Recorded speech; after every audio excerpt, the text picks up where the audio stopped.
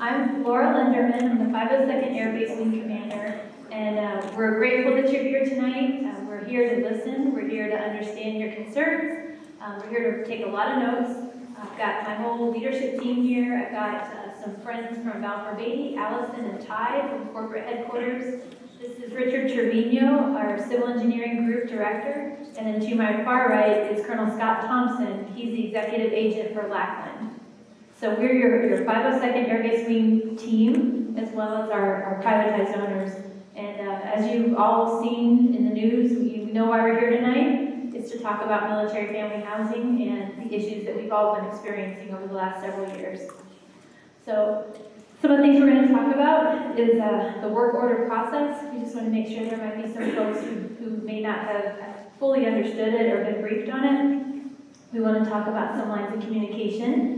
And we'll eventually talk about the way ahead, but most importantly, we want to hear from you. So the majority of the time will be given over to you, and we have microphones on either side of the aisle here, and we'd love for you to come up and just share your experiences with us and any concerns. And it's not the end of the conversation by any means. This is one data point and one means for us to gather information. So first, to start with, it's kind of ROE for tonight. We're here to listen to your concerns. It's non-attributional. I know some folks have been concerned about retribution. That's not the case here. It's not even in our cross-check at all. So say what's on your mind. Be as blunt and as frank as you want to be. We are here to listen. Again, take some good notes. I also wanted to share a quote from the Secretary of the Air Force and the Chief of Staff of the Air Force, understanding that we have more than just airmen living in our family homes.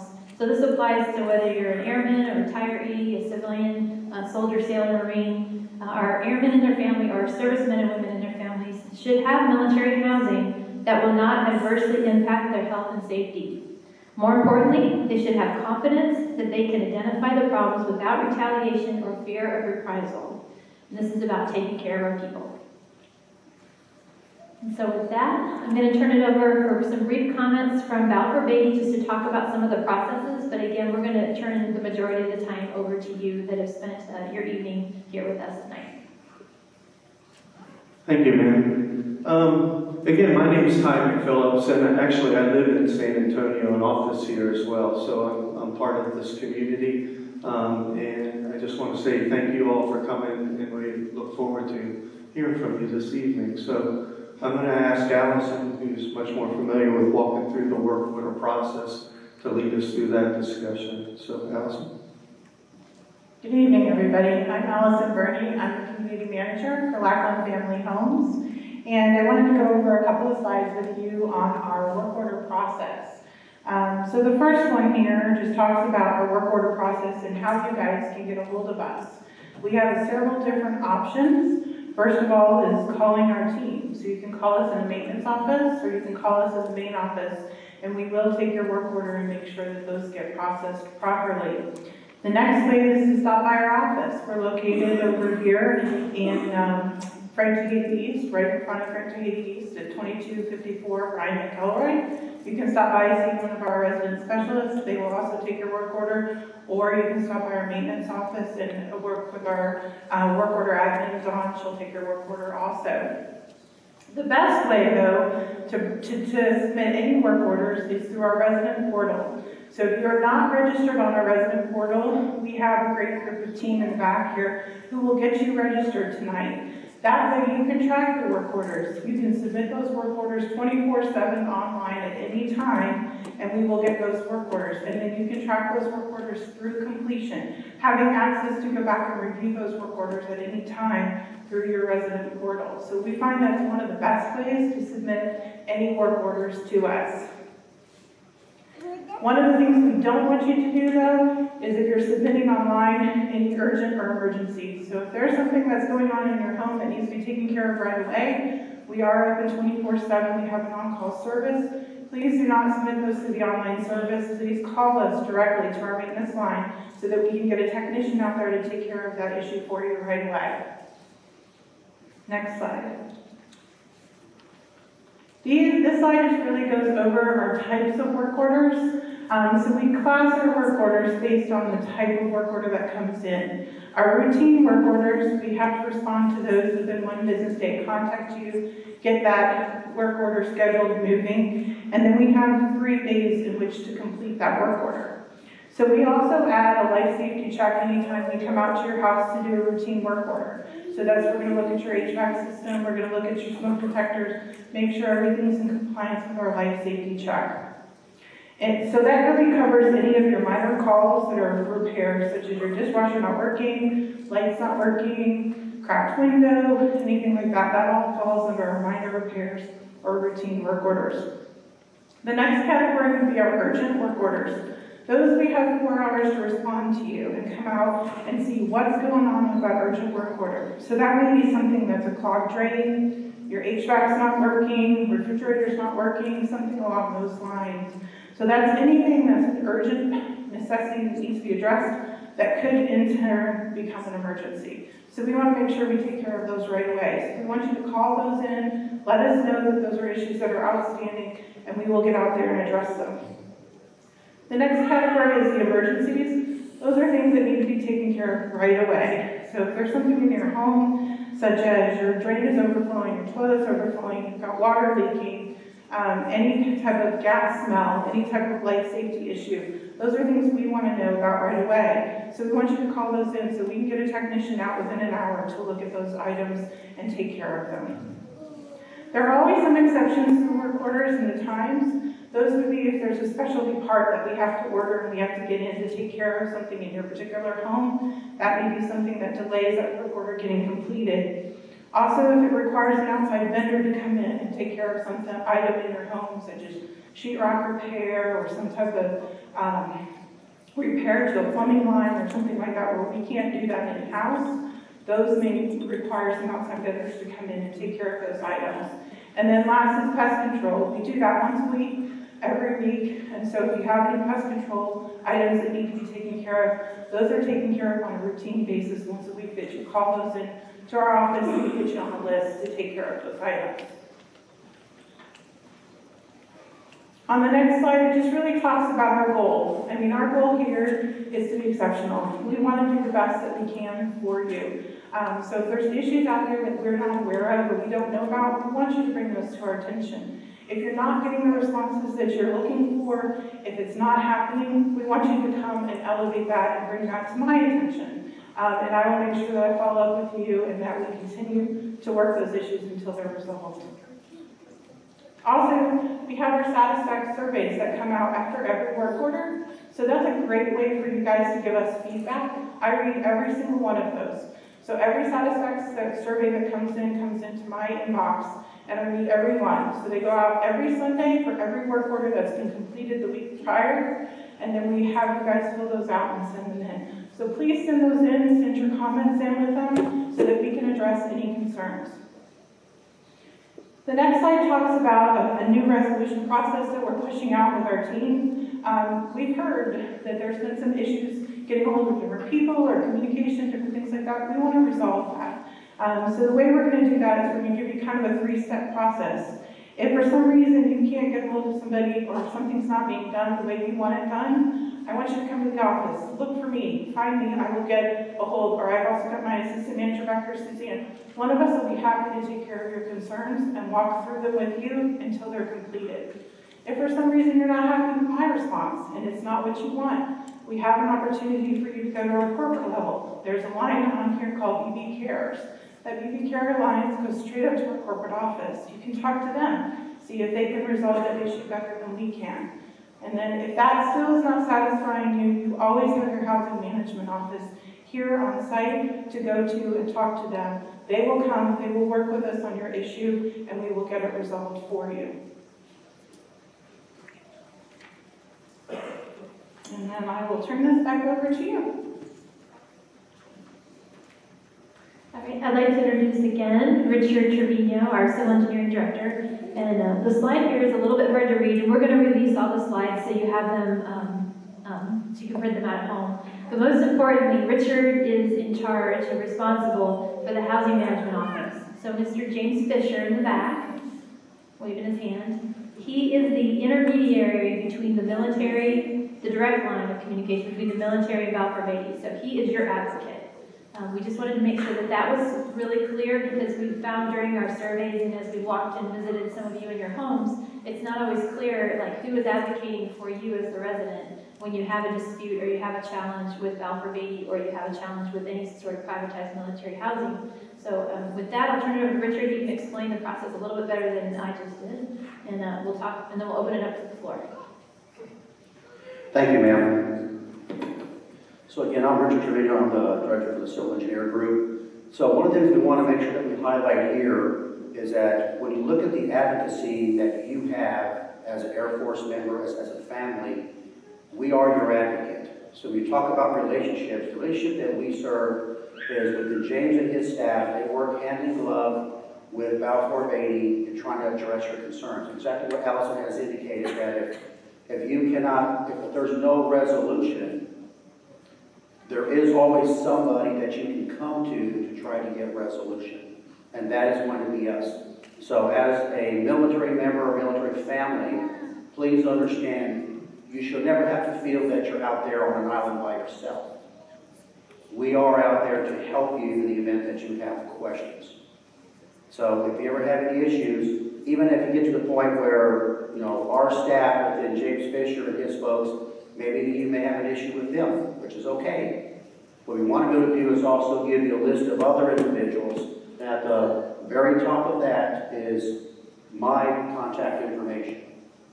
So we want you to understand that if, at worst case scenario, you don't have anybody else to talk to, or you truly feel that you're not getting at least listened to, you have a list of individuals that will help you here on Lackland Air Force Base, but really throughout Joint Base San Antonio.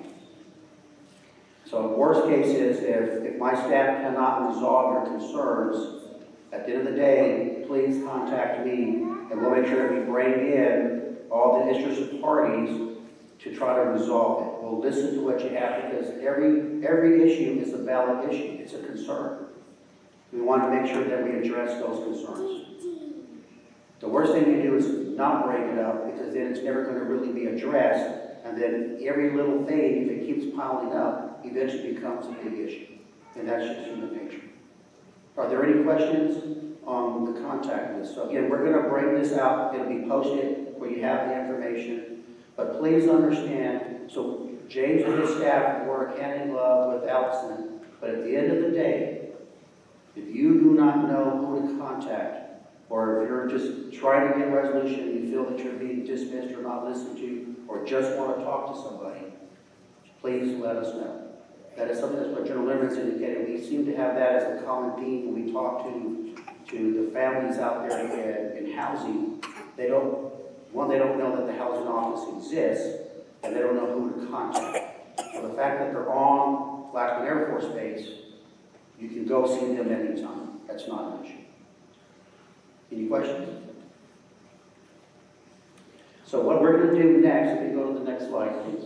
So what we're going to do next, I apologize, I'm going to get down here. This pilot will probably fall. So what we're going to do next is actually have an open forum where we're going to ask the residents to come up. We have, again, microphones on each side. So we ask that you do is just come up, and we're here to listen to you. And this also gives you an opportunity in front of the senior leaders, both within the Air Force and within Balfour Beatty, to listen to the concerns.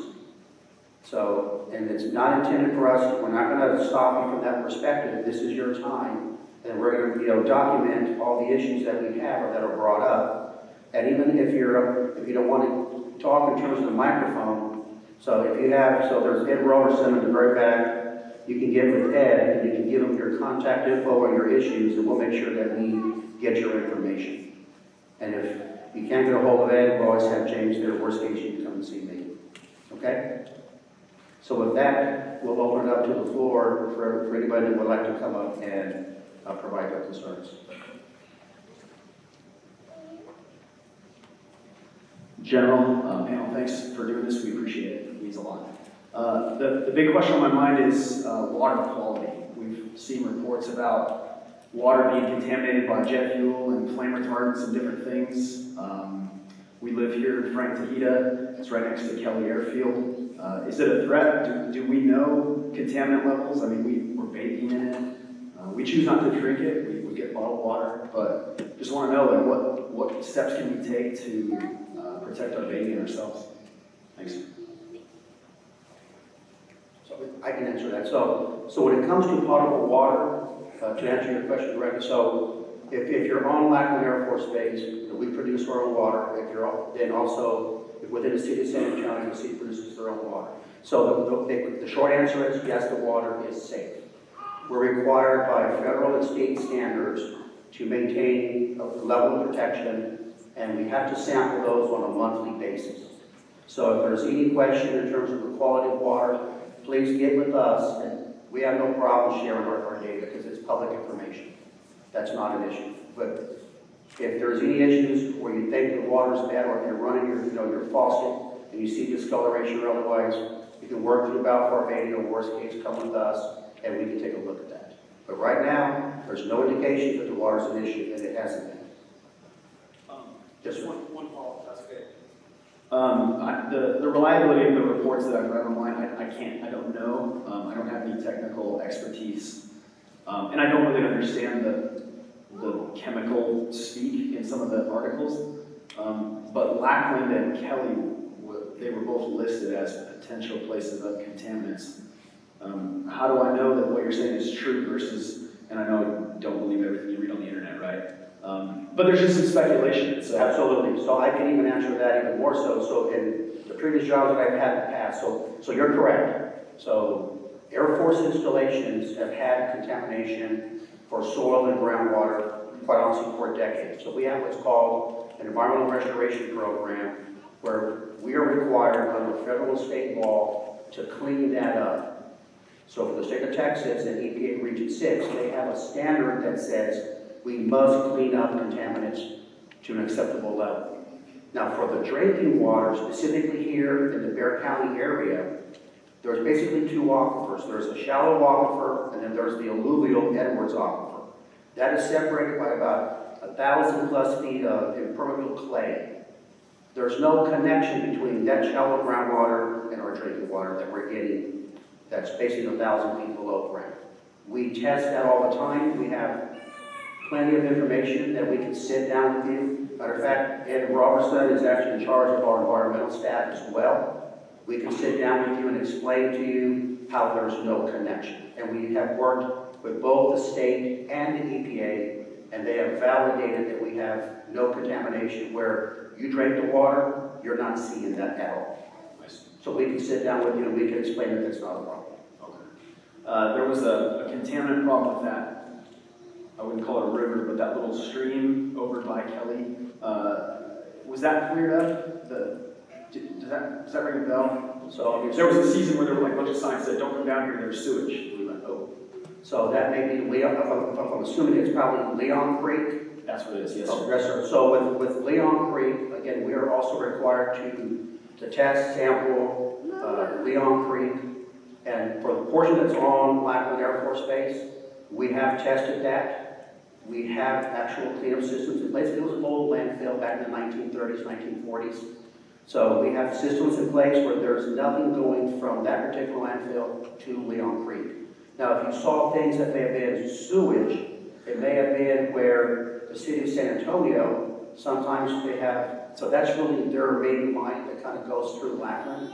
Sometimes through hard rain events, they'll get stormwater runoff inside, and sometimes you'll see manholes that'll pop. But that's because the sewer system just has some infiltration for stormwater, and the city is putting a $250 million project to solve that right now. It's actually under construction. Okay. All right. Sir, thank you. General, thank you. I don't know. Thank you. It's very good questions. Thank you very much. Nobody else goes, I'll go. Sergeant Rand, work at 24th Air Force. I recently moved in August of 2018, and I've got a couple of points. Initially, my daughter was involved in a really bad car accident, and we were part of the EFMP, and dealing with Belfer Beatty. At my previous assignment, I submitted the paperwork, and something happened along the way. I didn't get any communication back, so I just thought, I'm good. I got here and I get a 17-step home, that's all that was available. I didn't have much of a choice and we went ahead and took it. So, needless to say, I had a rocky start with Belfort Baby. Based on their reputation, so everything that they had before, in speaking to some of the folks that I work with, saying that, hey, make sure you document everything because they're going to charge you for it. And Ms. Suzanne Barr, I worked with her, and she was able to fix most of them, but I have documentation to make sure when I move out in a short 2 years that Belfort Bay is not going to come after me financially. I think we already talked on the water testing. So I've not seen bioenvironmental. I've been stationed at Holloman Air Force Base. We had really, really bad water, and that was throughout. I mean, we're getting it now. You can pet my fin on my back now. So I don't see any surveys from bioenvironmental to the tenants. Is that something that I'm just not getting, or bioenvironmental is not actually producing?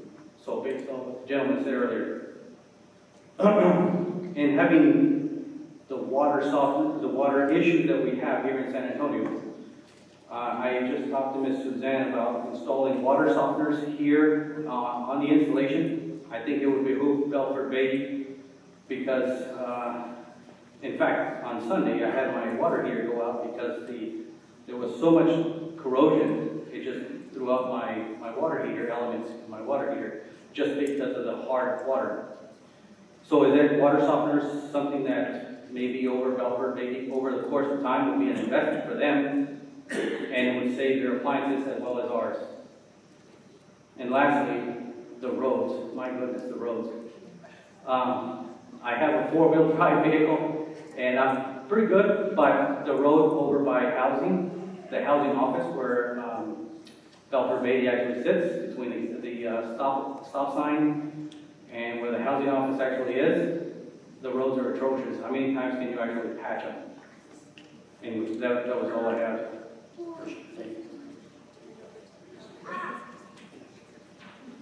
Thank you so much for your questions or for your points. Some fall in Belfort Bay's lane, some fall in our lane, so I'm going to turn it over to Belfort Bay.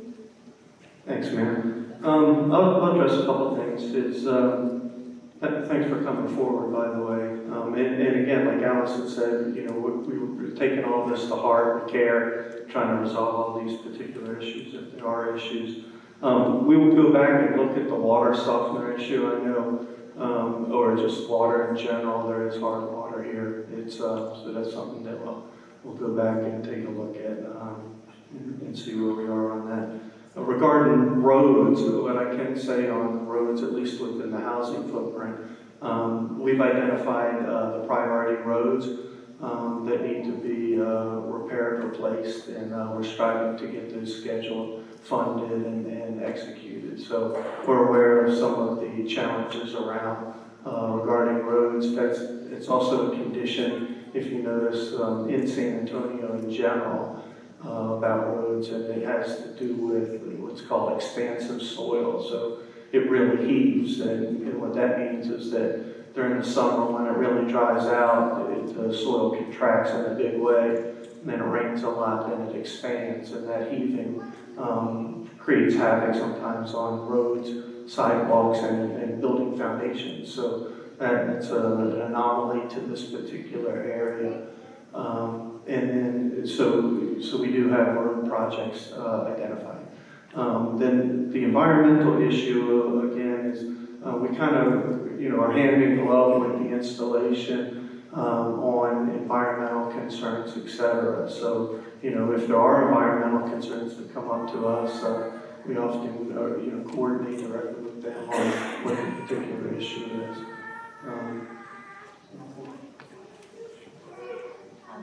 I believe the water, we're required to publish the results of that. So if you're not getting that, then we need to do a better job of working with the medical group. We don't have the medical piece doesn't fall within our wing, but we work very closely with the 59th and the bio, and there's Ed there. He's going to help me out a little bit.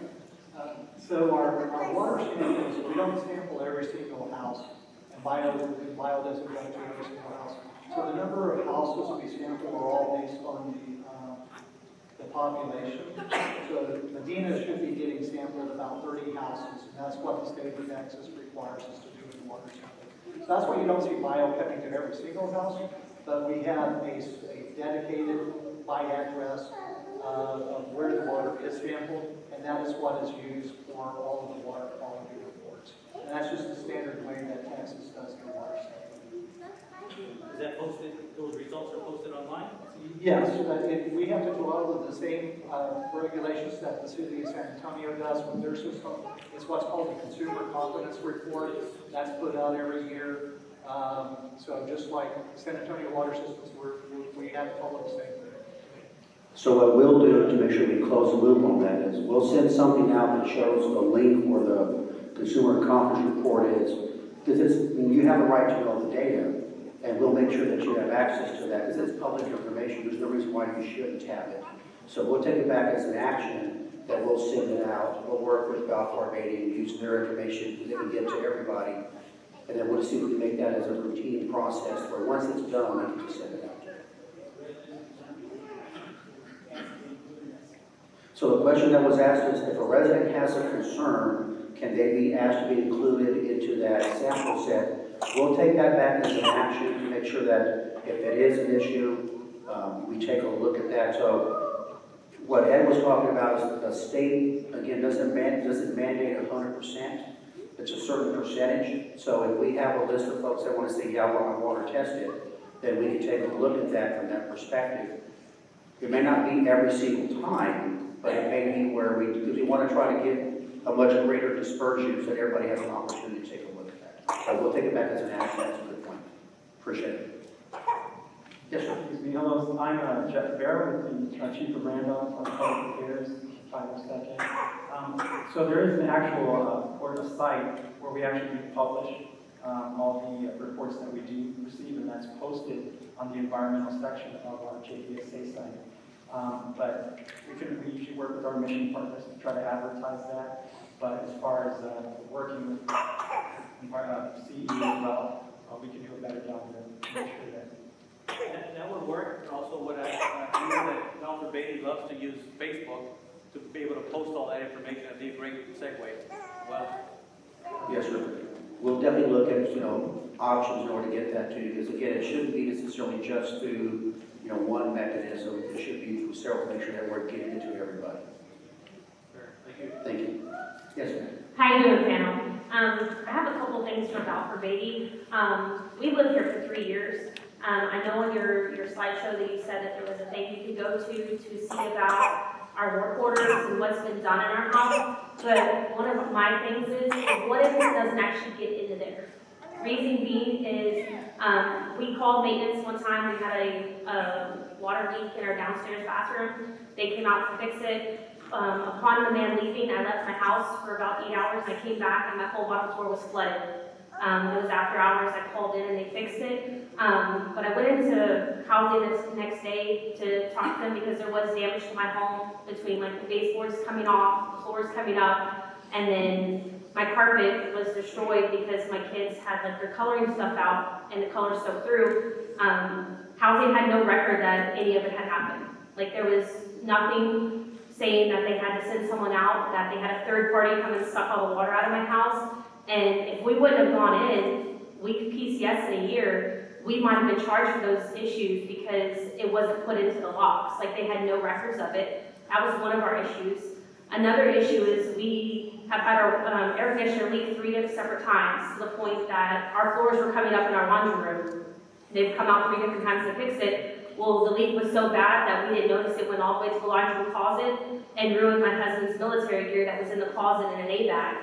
But yet, when we bring it up to housing, they tell us we need to contact our renter's insurance, which is fine, but then again, they never came back to fix the mold that we called about because the mold had reached all the way from the air conditioner to the closet, but no one ever came to see the mold. They just cut a hole underneath it and said, let it air out. And yet, we were the ones that had to clean it up.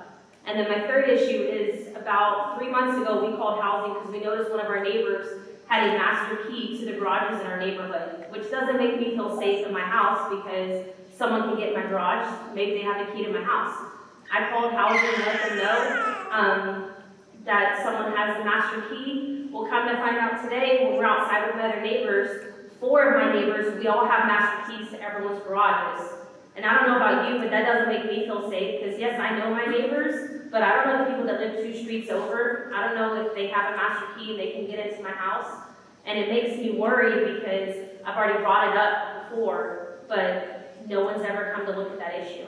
And I just wanted y'all to know, because there are several people just on my street alone. We have master keys to everyone's homes, to their garages, to their belongings, to their children, and I have 2 kids of my own. And yes, we're all military members and we live on base, but you don't know everybody. You don't know if your neighbor's gonna steal your stuff or come in your house when your children are sleeping. And I just wanna know, what are you guys doing about that? Because not only do I know now, my neighbors know, but now everyone here does, and it doesn't make us feel safe when we've already brought it up on another occasion.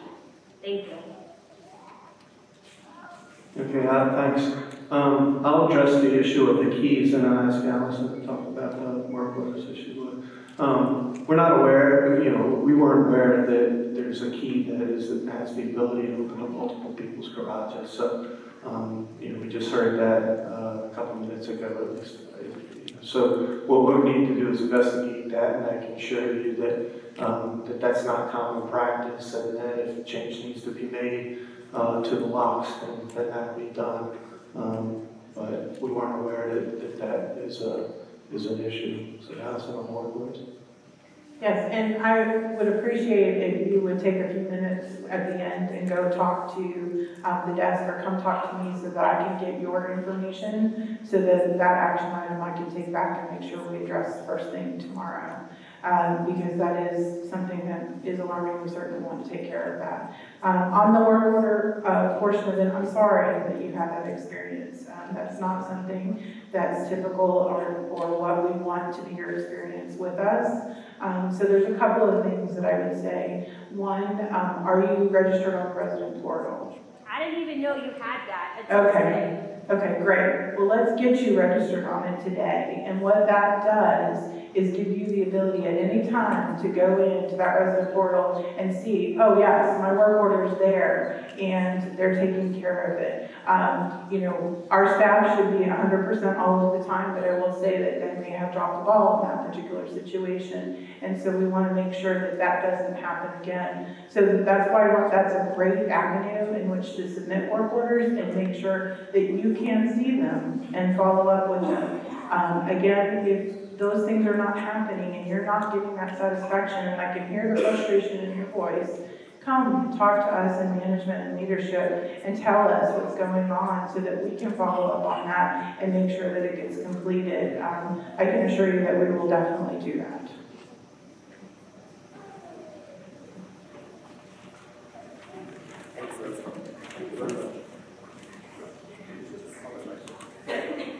All right, ma'am, please. Yeah, hi. We have been here since October of 2017. We live in North Ski, and trying to get myself under control because to say I'm upset is an understatement. But we have had work orders that have been out since we moved in. Since before we moved in, we were told, when we signed our lease, place is still clean. It was stuff everywhere going through these tenants. We were told it would get done before we moved in by Serena, who signed our lease with us. That never got done. I have worked things out with Brian over the past couple of weeks. He has been awesome. He's been really good. But as far as the points of contact, we didn't know about that. We didn't know about the online resident portal. We would have gotten these issues resolved before if we knew if there was an intermediate we could have went to. We didn't know the Lackland housing office would help us. We filled out police complaint. We have contacted corporate. We have emailed corporate, which nobody has ever gotten back to us. You say come in and speak to you or somebody in management. We have done that numerous times, and we have been told every time it'll get fixed, every time it doesn't. We have to continuously call and follow up for work orders, and it's always the same. It's always, well, we don't see a work order for you. you, or, oh yes, here it is, it was replaced, if it was misplaced, we'll get it done. The only time we have ever got work orders done is when we call emergency. Up until a couple weeks ago, we finally got everything done for us. My main issue is we had mold. Well, Brian called it mildew, but I've never seen such a mildew, so I just assumed it was mold. It was growing on our ceiling and all over our walls in the bathroom upstairs. But all because of the vent system wasn't working. And we called back in August to get that fixed. We called in because we didn't know about the portal. Again, it was, we don't have work orders. So, I mean, unless I specifically go up to housing and raise a big ruckus, there's nothing going to get done. That's the thing is, and I know other people are being pretty calm about it, but I feel cheated. Personally, I feel cheated. We pay so much money every month to have this done, to just live here. And to live in a house that has mold on our walls and on our ceiling because they can't come and fix a vent issue. And my children are having to live here. I have 3 kids. And we all have allergies now. We've all been coughing and everything because of this. I mean, it's kind of crazy because when you go up to the front office and you tell these people this is what's going on, and they seem so concerned and nothing gets done about it, right then you know you're nothing to them but that paycheck at the beginning of the month and at the 15th of the month. They really let us know that we are just about money, and that upsets me greatly. We feel that we live here, we pay $2,000 a month. All of our VA goes to them, everything. We don't send anything of it, which is normal, and I get that. But when you have mold on your walls, when you have AC that doesn't work out, when you have an oven you haven't been able to utilize fully since you moved in, you haven't been able to utilize your dryer because it is so clogged since you moved in. It upsets me. It upsets me. You know, my husband's upset, my kids aren't able to fully live, and I feel cheated. I don't know about anybody else, and I can't speak for anybody. But there's nobody holding Dr. Baby accountable. That's the thing. There's nobody holding them accountable. We do these yearly surveys, but what does that do? It gets nothing done. And I, for one, would like to see some accountability. I, for one, would like to see them get where it hurts, and apparently that's their pocket, because that's all they really need us for is a paycheck, and that really upsets me to the point where I'm angry. I'm angry. We've never had a decision before, and I just really like to see something get done about it.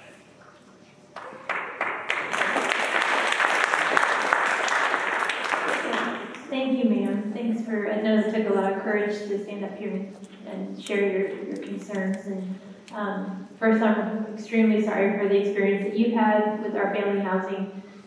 But I'll say one thing before I turn it over to Val for Beatty, is that that's something that our secretary and our chief of staff are aware of, is that there isn't a way to hold them accountable when you have an experience like that. So they're working on a bill of rights for the community, and I'm sure many of you have heard about that, but that would be a way for you to withhold payment or to break your lease when you experience a series of events, or you get to the point where you just can't handle it anymore. I will also say that that's James Fisher in the back. That's our job too, is to prevent that from happening, prevent you from getting to that point. So please utilize us, and we'd love to get your name in particulars if you're comfortable with that, so we can address your concerns directly. But with that, I'll turn it over to Val for Beatty. Thanks. I do apologize that you've had to go through that. You know, and what we can do is after this, we'll follow up and get the specifics of your home, etc. Make sure that it's taken care of. The only thing that I want to add to that is we do care. And I know sometimes it may not feel that way to you right now, but you do have a staff that really does care about our families. And so I appreciate you coming and sharing this with us. We do want to take care of any unresolved issues that are in your home, make sure that we take care of those for you so that you are comfortable with your family here, because that's what we want in the long run. And I would personally like to speak to you about that so we can follow up on anything that's left over that hasn't been resolved for you. And again, I do apologize for your experience. Sir, please. Right, basically, I'm gonna try to caveat basically off of what she said too, because ever since we moved into base housing, which we've been in there for about 2 years, we've had nothing but serious problems. And it always takes something extremely bad to happen before they actually start taking action. Such as our carpet in the house, it's old. I mean, it's extremely old. And we've discussed it, and we chose not to replace it just because, you know, we got dogs and stuff like that. However, it keeps pulling up from the floor. And it got to the point where I've actually put in work orders. Been talking about, you know, the online portal and submitting work orders, and they'll take care of it from there. That does not happen. We've submitted it numerous times in the portal. It kept getting closed. Nothing happened. My wife ended up breaking her toe, tripping over the carpet before they finally come out to take care of it. Same thing with the rattlesnakes. We've called multiple times, said, hey, there's snakes. Nothing ever happened. My stepson got bit by a rattlesnake. So we ended up having to call 911 and getting him rushed to BAMC because of this rattlesnake issue. But it always takes something bad like that to happen before anybody accomplishes anything. And again, with work orders, I just put a work order in about a week ago because our closet door, one of our closet doors, I mean, the house is just falling apart, honestly. It's so old that, I mean, it's literally just falling apart. So I put in a work order about a week ago online to have the closet door fixed. They come out, they looked at it and said, okay, that's it. It is still broke to this day. They have not completed that work order. Now, they come out, they replace the front door, you know, the easy stuff, but when it comes down to fixing this other stuff, it just doesn't happen until something bad happens. And it was just, even like in the beginning when I first moved in, the master bathroom, there was a leak. We called it in numerous times. They come out and they say, well, we did this.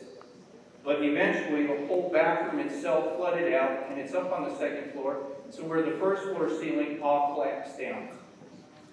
Then they come in and they patched it up, and you should see the wonderful patch job.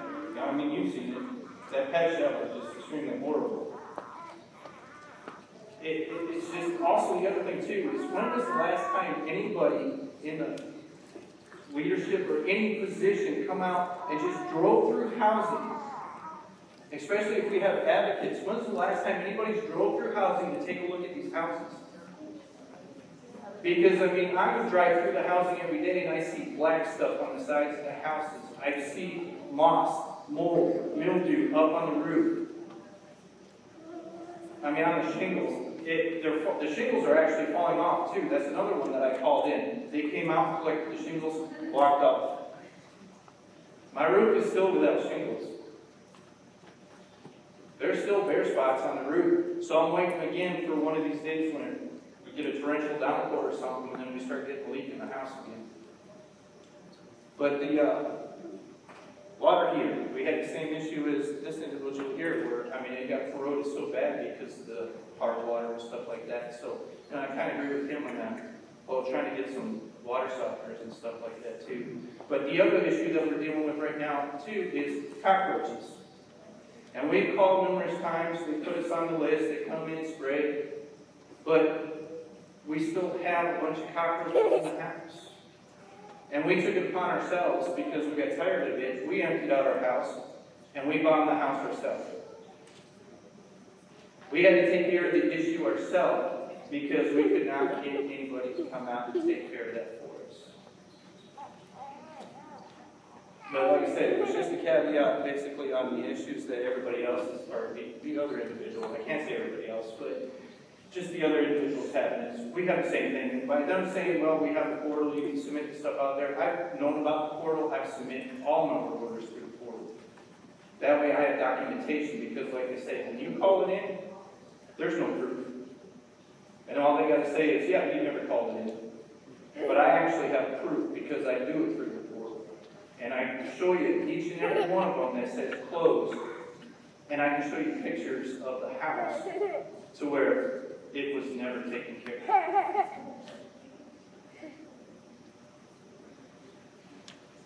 But that's pretty much all I gotta say. It's like I said, it's just been horrible. It's been horrible living there, and even now, my lease is about to come up, and this is, talk about the money issue. My lease is about it. They say, oh yeah, you can make it, we're gonna increase your rent by about $70-some per month. Why would I wanna do that? Why would I wanna pay $70-some more per month for a house I can't even fix? To live in something where I gotta sit there and wake up every day and I see cockroaches all over my counters and everything. I just don't want to live in a place like that. And like I said, just drive through and take a look at the sidings on the houses. And a little more on Medina side. And just take a look at the roofs. These houses are deplorable. They're very deplorable.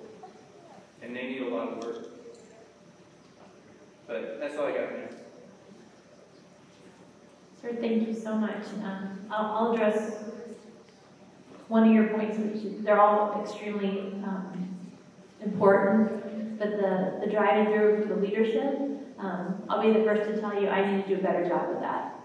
So I think, that's something with geography here at JBSA San Antonio, I need to schedule our time to drive through housing, and I've started scheduling drive-arounds across all of our installations because it is hard to get into the nooks and crannies and the places that my day-to-day job wouldn't normally take me.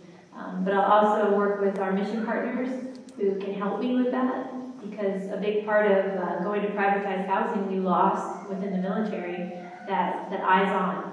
It's now another company that's responsible for the day-to-day upkeep of the homes. It used to be our civil engineering, so we had eyes on regardless because it was our people that were going in and out of the houses.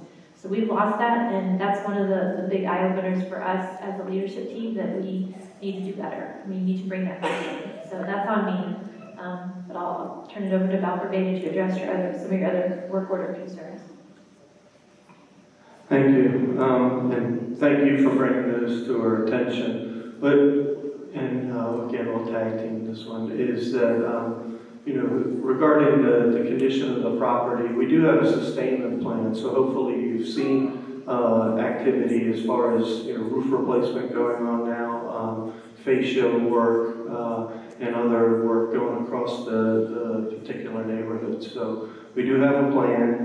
There's, we're getting after those things in a prioritized order and addressing them. So hopefully, if you haven't seen that, then you will. But we're trying to address those particular concerns, especially in legacy neighborhoods, which I'm assuming that's where you live. And then regarding work orders.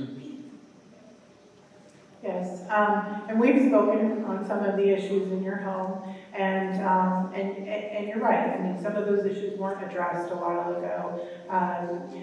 Some of you may not know, I transitioned here about 2 years ago, and prior to me being here, there were some misses along the way, and so we worked hard to change the team over, to work with our maintenance group, to try and put a team in place that is addressing these concerns. So we'll continue to do that. If there's items that are still left in your home that haven't been addressed, then let's speak about those and make sure that we get those taken care of. Yes, ma'am, please. Hello, thank all of you for giving us this time to speak very open and frankly about our concerns. My name is Price Long. I am a veteran, a wife, a mother, and a fellow Medina Annex resident. I have a lot of issues that we have encountered while living here, but please allow me to preface all of those issues by saying my purpose in being here and sharing my embarrassment, my humiliation with all of you is to hopefully foster change. I don't want to just be a person who can complain on the mic. I really and truly enjoy our Medina Annex community, our military community. But I would really like to maybe hear a different answer or maybe spark and inspire some change somewhere along the way. I have no ill will toward anyone, but things have to be spoken. So my family and I moved here in 2017, and we signed our lease on a Friday, and on Sunday, we had our first experience with plumbing issues. And by plumbing issues, I mean, we thought it was just a little leak from the downstairs toilet, not a big deal, you'll clean it up. Well, we go upstairs to go take showers, and downstairs, when we turn on the water upstairs, downstairs, it looked like a waterfall was coming out of the toilet. And so, to be very frank, the last resident's business was all over my main level. We called it in, we had someone come out, and that technician actually fussed at us and said that we should be careful and more mindful of what we have in the toilets, not too much toilet paper, we should make sure our children aren't putting things in there. And I just had to stop him, with all due respect, sir, that's not even mine. That's not ours, that's somebody else's, and we shut the valve off, and we still had the leaking issue. So fast forward to 3 times later, or 2 additional times later, it flooded so severely, the whole main level was covered. We had water coming out of the front door, out of the garage. Totally disgusting. We ended up being moved to a hospitality home. But we didn't get resolution right away. It took about a month of us being displaced. So an MTI family with 3 children, one of which PFP, we're over here just kind of displaced, and we're not really getting a lot of action. Now, yes, we do have a resident portal. Yes, we went in and we sat down and we spoke open and very honestly. And we did have some great help along the way. Mike, I see you over there, or I'm sorry, Greg and Suzanne, totally amazing with it, but we got no traction. Nothing is getting done, and there are so many issues in this house that need to fix. The tree roots, quote unquote, that grew into the pipe that made it, whatever, which really wasn't the case, but so we took it, head on to Belfort Baby. Well, we get nowhere with that. We just kind of sit and wait in a hospitality home, just wait it out. So we went back and we tried the military route. Maybe we could get a little, traction there. Take it all the way up to the Lincoln Manor. He sits down and have a conversation with them. We also routed it up to CE. We got no luck there. What really is our option? What do we have to go off of if we really don't have people that care? And beyond that, the previous times that it happened, no one came out to clean it. Except for the first time they had a water extraction guy that came out. He extracted the water and then sprayed a quote-unquote disinfectant on the carpet, because that's okay. So I had to actually go in and sit there for a few days to request that the carpet be replaced, because that's not acceptable. How does that make sense? So I sprayed Lysol on it, so that's good to go. That's not okay. And as I told them, my kids are in school. I can sit here all day until 3 o'clock, so I gotta go pick them up. But I need an answer for these things, And so beyond that, we didn't get any traction until I finally had to call up and speak to the regional manager. And I felt completely betrayed at that point. I've turned to my military side, which I know in a sort of way, our hands are tied, or your hands are tied. But I've gone to this company, I've bent over backwards, I'm emailing, I'm calling, not just here, I'm taking it outside. Seriously, really wants to talk about that kind of an issue, but I'm taking it as far as I can, and I'm just being told, sit down, look pretty, and just pay your rent, you'll be good to go. That doesn't work. That's not an answer that I accept. Beyond that, I wanted to know preventative care for these homes. So in the springtime, usually you come out and check your AC to make sure that it's good to go. In the fall time, you come back and you check to make sure that your heat is ready, to go. Why doesn't that happen here? Because I'm pretty sure that will catch a lot of the issues that people are having with ACs going out and all this other stuff. Is it that difficult to stay on top of preventative care instead of always being reactive? And whenever we're reactive, then we have larger issues that come about from that. I think someone else touched on carpet replacement. I would like to know how old is the carpet actually before we replace that? I know all about trying to extend the shelf life to get the most wear and tear out of it, but I mean, when the carpet padding is gone, you gotta let the thing go. I mean, you gotta just carry how things did. And then for us personally, when is enough enough? I mean, I don't expect to live in luxury or anything. I just want to live in a house that works.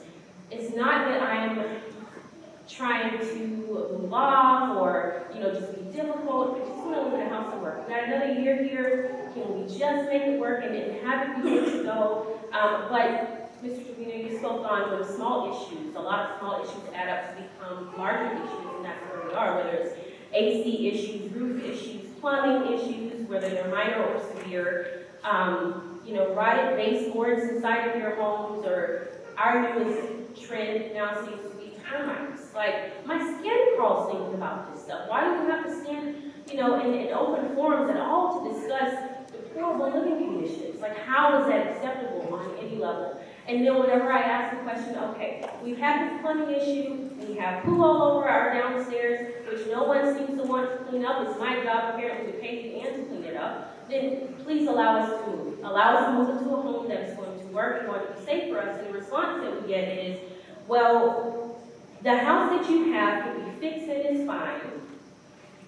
So if you want to move, you're moving because it's your personal choice. And so you need to pay for that yourself. Well, I'm sorry. If I had a landlord somewhere else and that crap ended up on my floor, I'm pretty sure somebody would be paying to move me. And now with the termites and the whatever else, the other issues, they all add up. All these small things or big things add up to be something even greater. And I just want to know what can my family do about it? How are we going to get quality housing? How are we going to get what we're actually paying for? Because right now, a lot of families are stuck between a rock and a hard place, trying to have their kids in the best schools, trying to be close enough to work, it's not as if, like I said, we're trying to live in luxury. We just want something that works. And so, if it means I got to do this all the time, Miss Allison, then here I am, and I'll show up.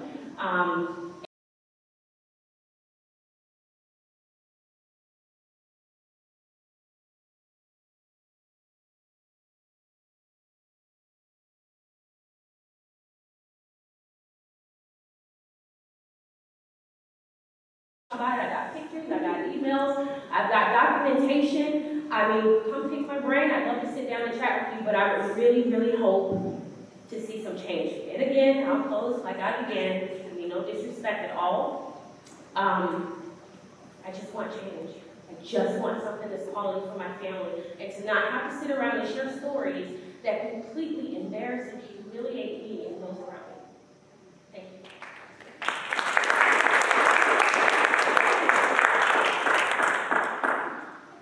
I'm very sorry you had all those horrible experiences.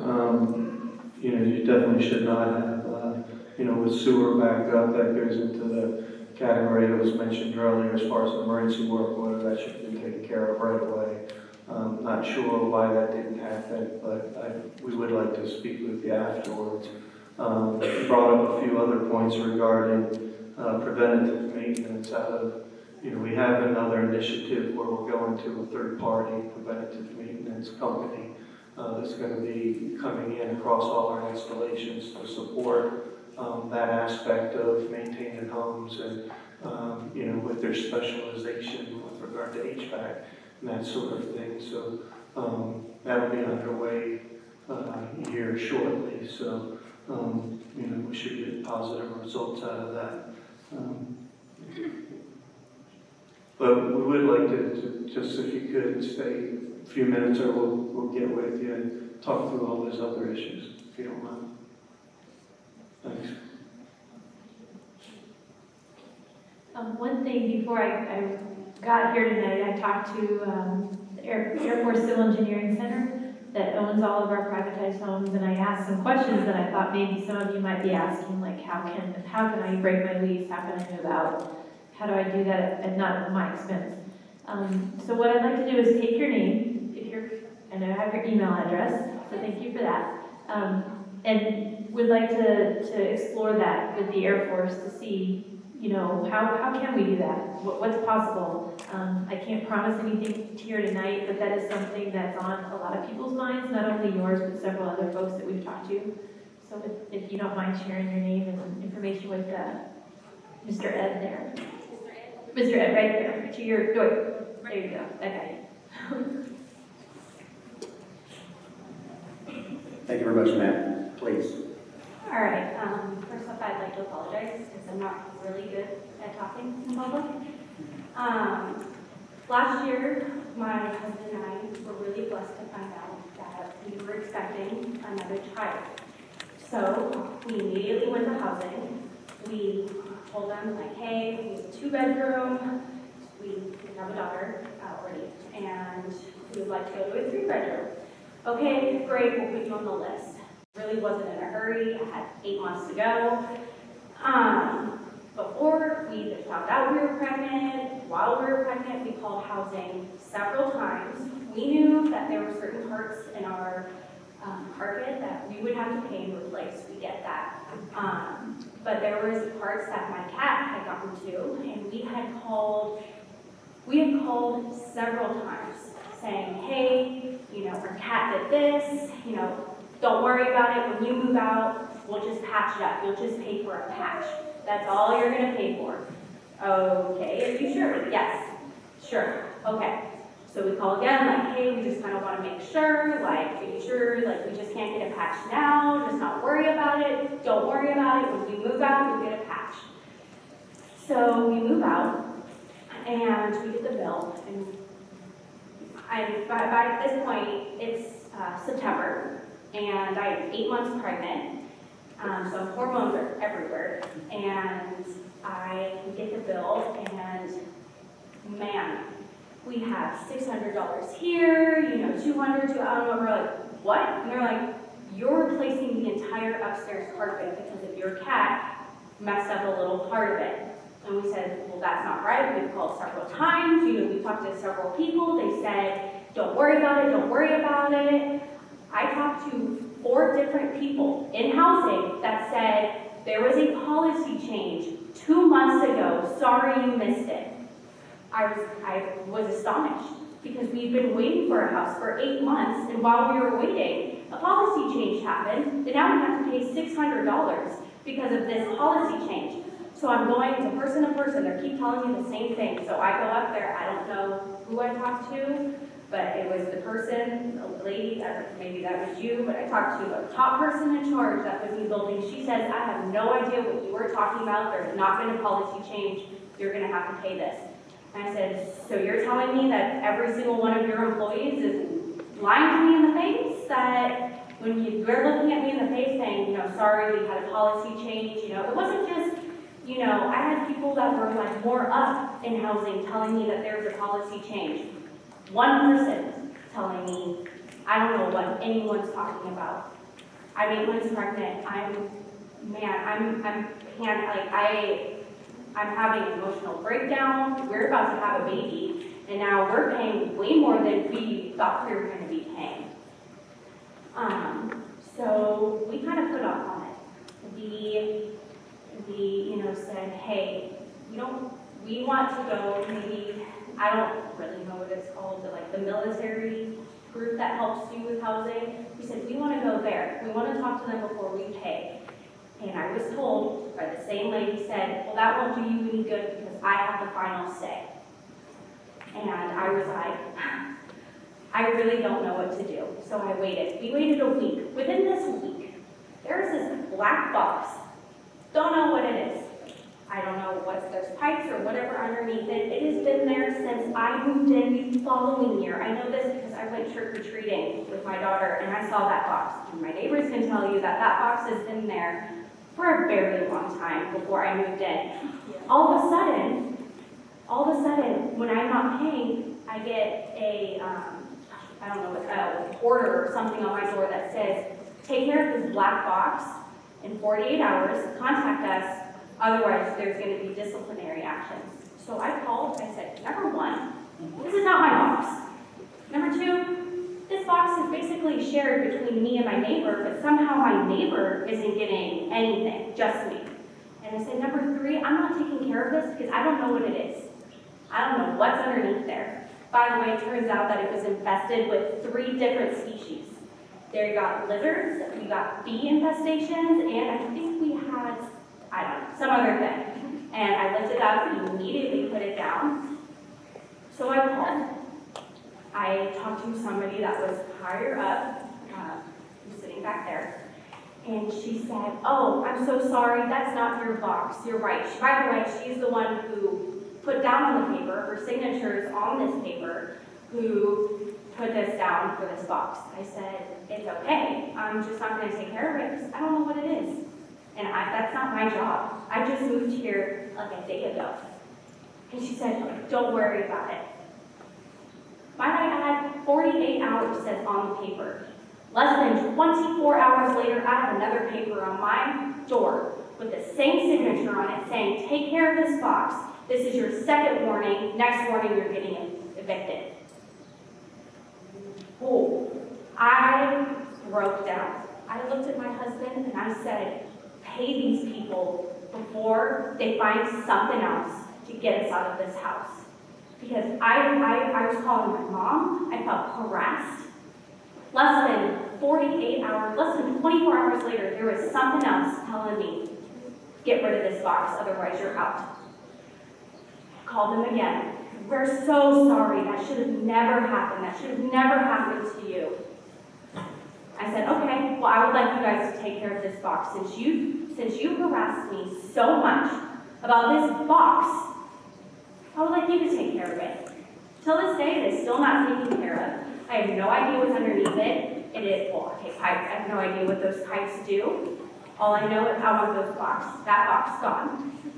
And I want those pipes done something with, because we all have kids in this neighborhood. And if they lift that box up, again, there's infestations underneath that box. My child tries to jump on that box daily when we go into our house, and I have to tell her, "That's not safe. Please get away from it." I have sent in work orders. This is with the carpet. We were told, we sent in work orders with this carpet about this patch. We said, "We don't have anything. We don't have anything. We can't help you. Sorry." This happens clearly over and over and over again. So that's pretty much my story, where I felt I was being so harassed in a way where I told my husband, I said, "I don't even care. Give them the $600. Which was funny because the second they got the money, everything stopped. I stopped getting letters. I stopped getting bothered. So it really, that's it.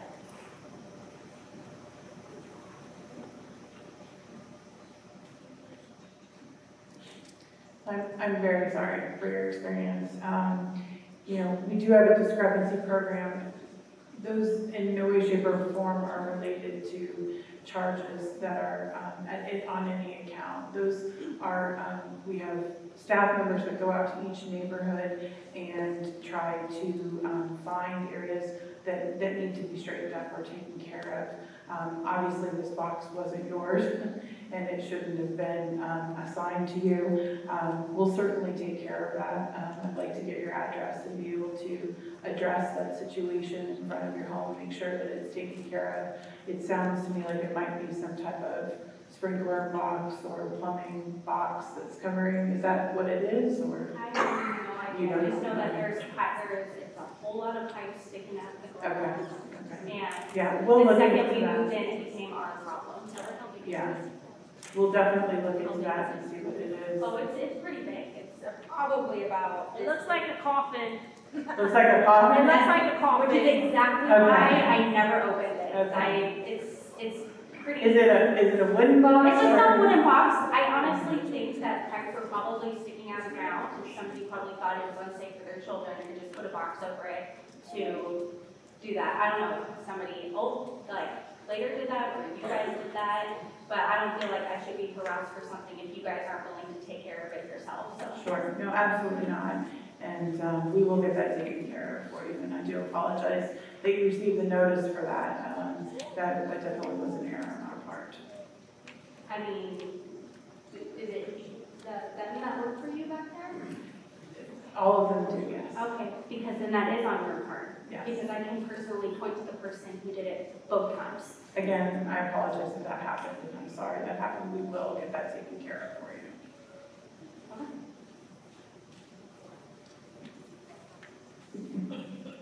Thank you, ma'am. Sir, please. So that's our Davis, 3rd COS. I have the concern I've been hearing around is when folks are moving out, the inspectors are coming in and lifting the carpet up and finding stains that were not caused by the current residents, and they're getting charged that. I was wondering if there's a workaround to get that fixed, and maybe have the carpet inspected as they're moving in, because I heard that's replacing carpet is very expensive, as we heard today. But that's a big complaint. People are moving in and they're getting charged for carpet replacement, but then the carpet's not getting replaced either. That's the main concerns I've heard around the housing area. Thank you. Great. So the carpets, we go in and we do pull those up at inspection time and take photos of them and keep them as part of the record for the home. If there's stains on a carpet that we're leaving, our maintenance guys will circle those stains and date them when they do pull those carpets up and put them back down. We're trying to maintain that. We have the move-out inspections from the previous tenants that lived in there, and then we pull them up and look at them when each tenant moves out, and do take pictures of those and keep record of them. So we're not trying to charge anybody for something that's not their responsibility. If I could add one more thing to that, is that, you know, one of the biggest areas in homes that get damaged the most is carpet. If you can imagine, I was in the Army for a long time, moved 12 times during that period, and had 2 dogs, and so I understand, you know, the challenge is with all the pets that go in and out of these particular homes. And so the one thing that we're trying to do kind of corporately is that we're putting the resources in to replace as much carpet as we can, specifically on the first floor as well, with either vinyl plank or some other solid surface to reduce, you know, the amount of carpet that gets, you know, damaged and that sort of thing. So we're trying to address that. And, you know, so I just want to let you know that as well. Thanks.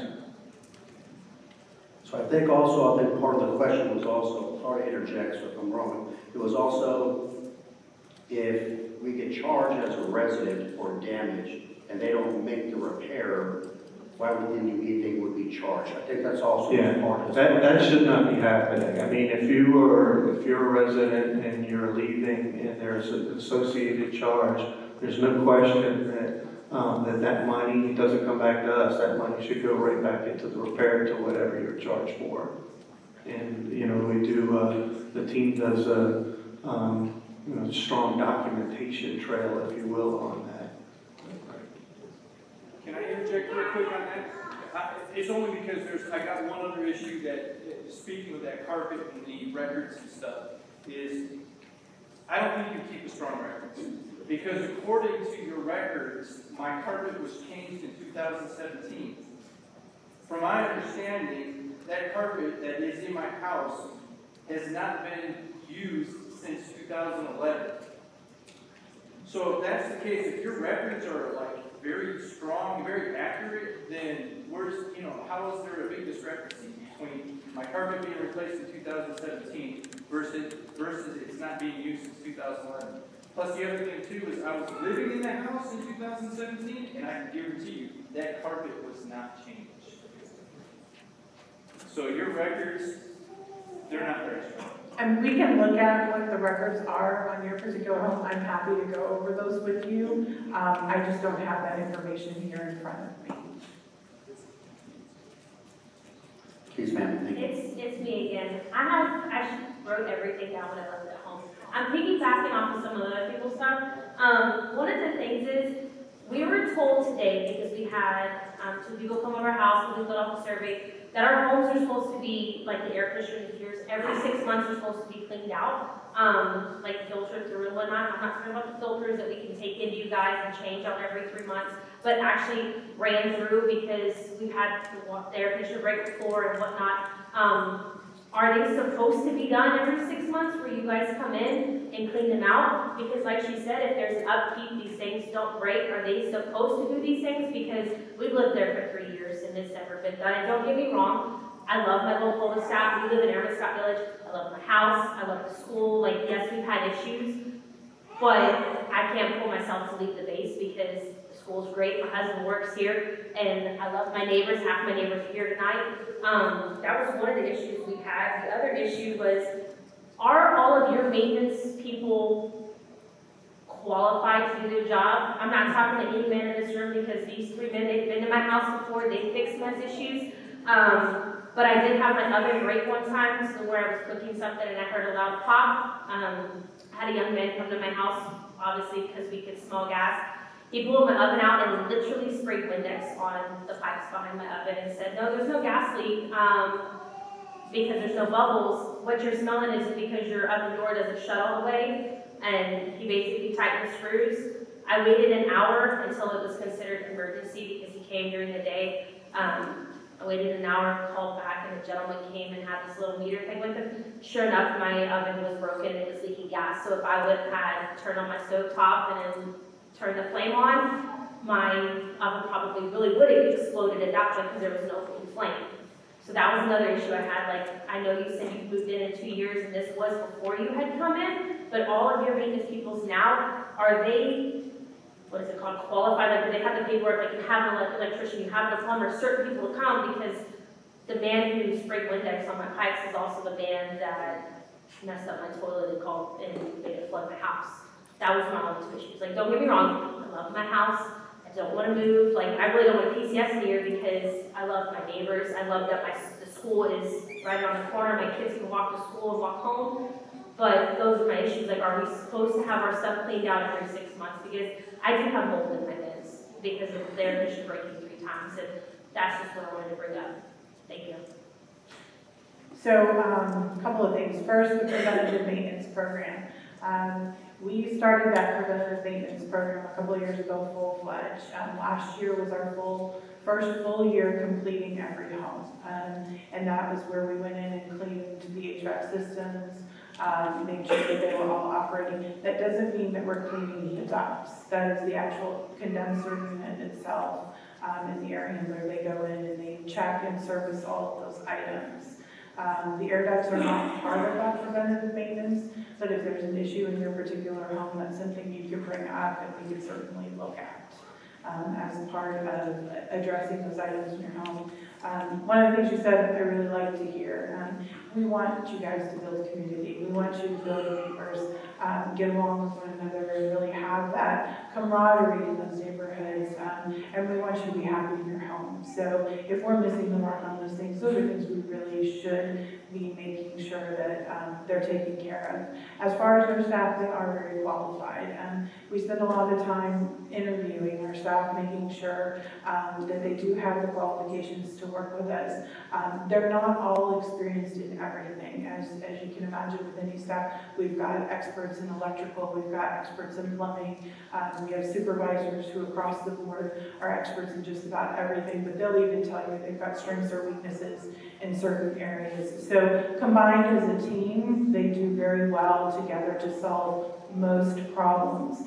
When it's something that stumps one of them, that's when we typically will bring in a vendor who has the expertise to handle those things that maybe are going unnerves to us and we can't quite figure out. So yes, I do have a lot of confidence in our maintenance team that they're good. When we find somebody who's not, we usually typically cycle through those people pretty quick.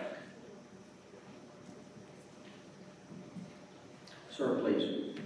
Good evening. I'm Technical Sergeant Ramos. I know a lot of the issues were addressed. The mold was addressed earlier, and work orders were also addressed. But one thing that I want to ask you about is road safety. We've been here for about a year and a half. My wife and I both do the military. And when we come home after school, my kids automatically go outside to play. And I love seeing that every single day. My main thing is, seems like there's no safety precautions in the newer neighborhood. I don't know about Medina or even Scott, but right off Fairchild Street, there's no speed bumps or anything. There's one instance that I got off my truck with my daughter last year, put my daughter out so I can shut the truck doors. She runs out in front of my truck because I told her to run that way. Domino's truck passes by. I smell rubber burn. The guy said he was going 15 miles per hour. By me being a car guy, there's no way they can burn rubber at 50 miles per hour. Absolutely not. So my main thing is that it's one of those preventative things. Before a kid gets hurt, is there going to be a way to maybe possibly put rubber speed bumps? Because I know it costs money to put cement on it. But maybe something like that every 150 yards, 200 yards, I think that'll save lives in the future. So I'll take that one. We actually have our security forces group commander here today, and we do get some comments every now and then about areas across our installation, like you just described, are very unsafe or people are speeding. So what I would ask is, if you could, just because I want to know exactly where you live, if you could let Colonel Carter know, he's right here in the front. I know that you're just one example of probably many across this installation where we need to do a better job, either patrols or speed bumps or some sort of safety mechanism. So we do have a traffic safety board that meets and they evaluate the issues that you're describing, and we'd love to do what we can to put a speed bump in or whatever it is, some low-cost measure that could slow people down. Thank you. Ma'am, I can expand on that a little bit. One thing we instituted at Lackland starting in November was a monthly community forum, and we gathered a lot of input and feedback from the ICE comments, EFAC program, kind of a lot of different sources. And that was one of the things, speed bumps and housing, that was brought up. And as General Linderman mentioned, we at Lackland are having our next traffic safety board on the 6th of March. And on the agenda, one of the specific items is to talk about speed bumps in housing. So that's going to be, the invite has gone out to all unit safety representatives. There will be civil engineering, security forces, and us as the installation support group and the executive agent for Lackland, kind of acting as the glue to facilitate the conversations amongst those parties to talk about those specific issues. So that is on our agenda to be addressed next week and talk about what can be done about speed in housing. And I can tell you, as a housing resident myself, I've followed a pizza delivery driver just for the specific purpose of stopping and telling them that if they don't slow down and stay and abide by the speed limits, then I'd be happy to let security forces know and ensure they don't come on base. Yes, so also just to add a little bit, so typically when you look at speed, and one of the first responses is, let's put a speed bump. So speed bumps are kind of a double-edged sword. So we have the top cop here, so we also got the top fire marshal here. So we have to look at what makes sense, because so if you dial 911 on the base, it comes to me and I will help them respond. I have to respond within a certain period of time. And if I have too many speed bumps where the fire truck or the EMS cannot get there because they're slowing down too fast, then I'm not going to be able to support you in that regard. So it's a balance, to be quite honest. You know, why do we have speed bumps? Because people aren't following the speed limit signs. They just don't care, to be quite candid. So Colonel Thompson's saying we're going to look at that, but we also have to make sure we're doing it in a way that although we solve one problem, I created another safety problem in the event that if you dial 911 or if there's a fire at your house and I can't get there in time, God forbid something happens from that standpoint as well. So it's kind of a balance that we're going to have to look at. What about some caution signs like children at play?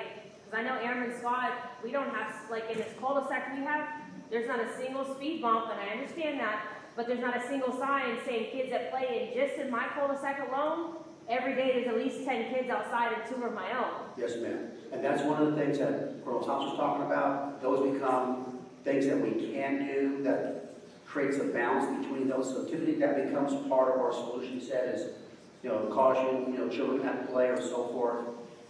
Those are the things that we can do very, very easily, to be quite honest. Okay. And it kind of gets to the same end state. At least it's a start. Okay. Yes, ma'am.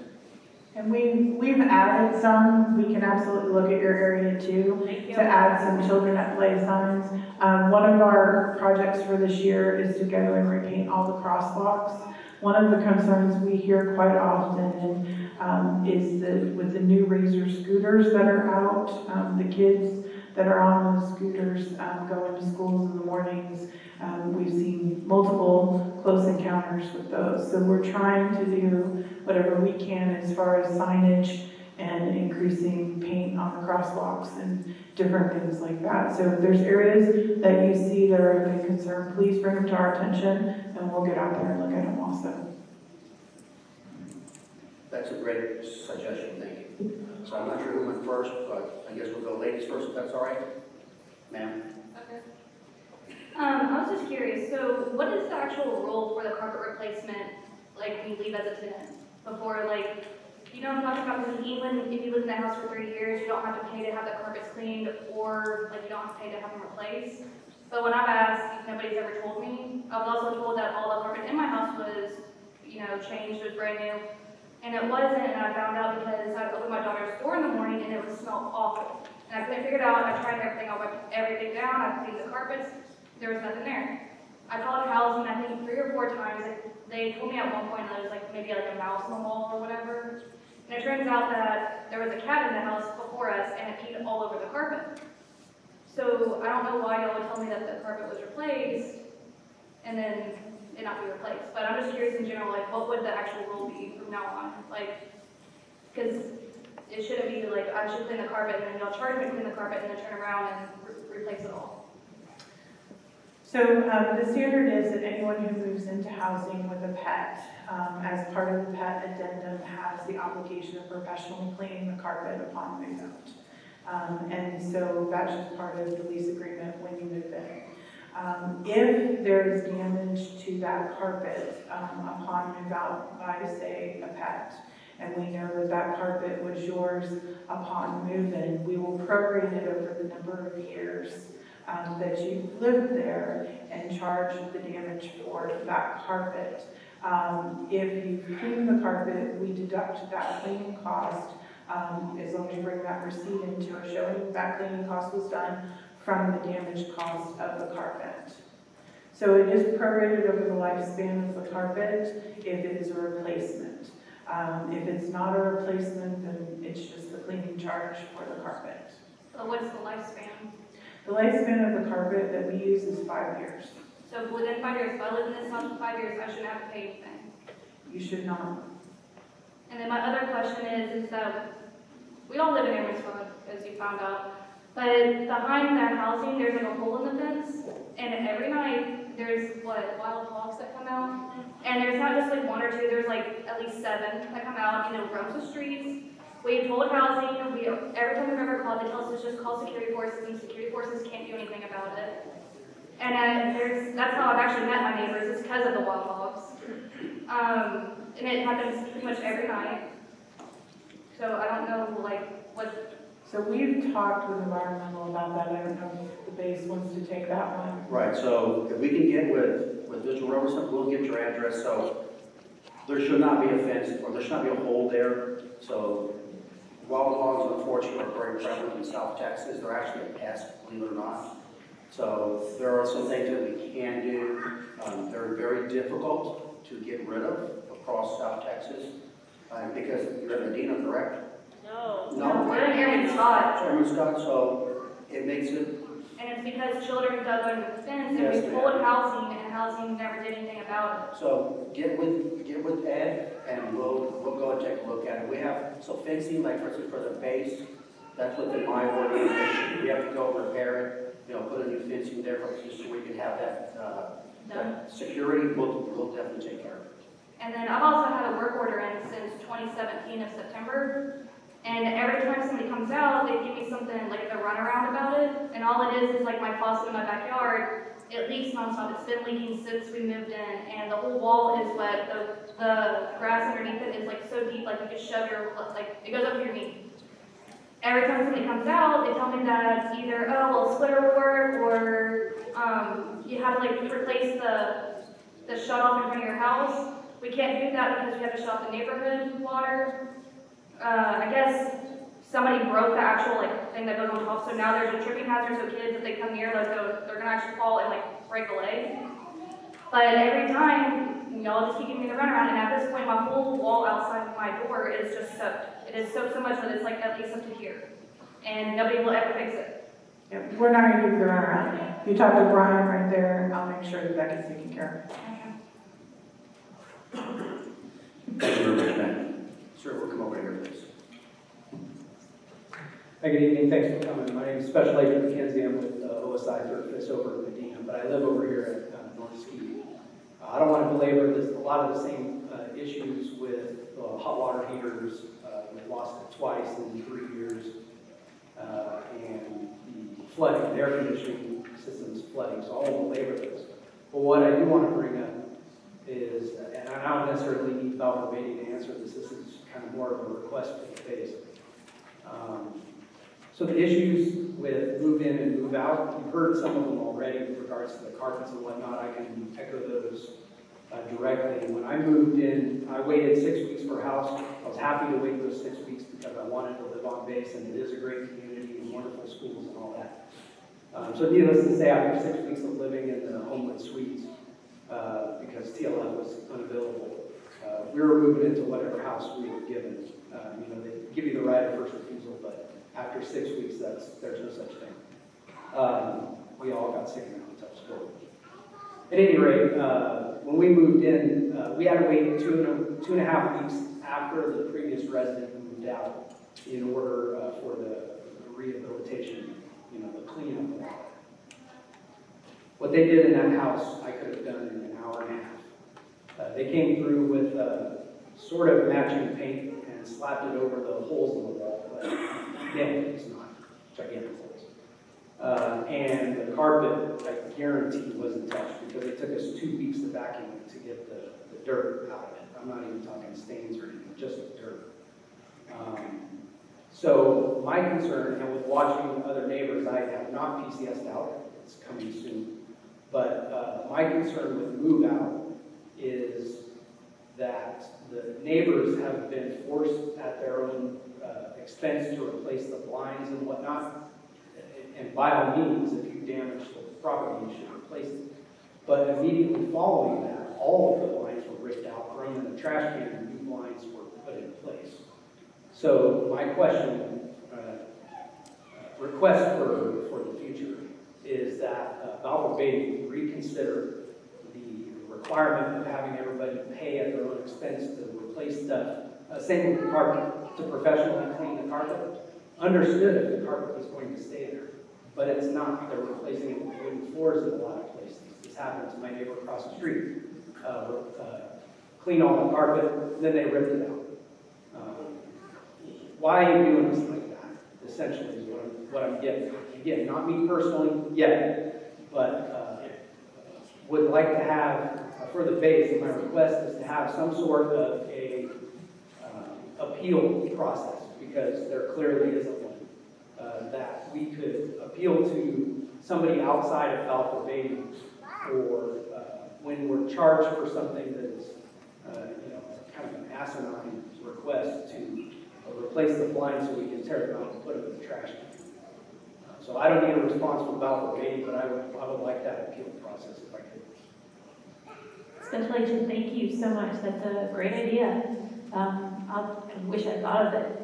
So we're going to take that for action and see what we can do in working with the contract and see what's out there. I know, again, coming here, I was talking to the Air Force Civil Engineer Center and asking them a couple other things that might be coming down the road. And one of the things that they talked about was a council at the base level that might be chaired by either Scott Thompson here or our chief or something like you're describing, some sort of community forum where these kinds of issues can be adjudicated and brought to Hunt Housing, either to work at that level, or another thing that AFCAC mentioned is that the Air Force is establishing a 1-800 number, that if you can't get resolution here and you can't get resolution there, and you kind of like the DoD hotline or IG hotline, you go right to them and it goes right to AFCAC, and then another means to help get something resolved. Thanks.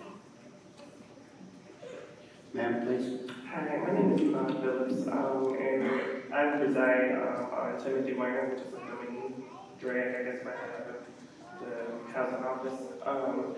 My family's been here, it'll be 2 years in July, and when we moved into that house, it was absolutely horrible. We relocated from overseas, and probably 2 days after we got in, we had all this furniture. And I'm not trying to beat this carpet to death, but the carpet is going to be definitely in this house. It's been a source of contention for me and my husband because I complain about it almost every day. God bless him. It smells like feet and Fritos, and literally, they put our couches down, and I was like, what is that smell? And I got on the floor.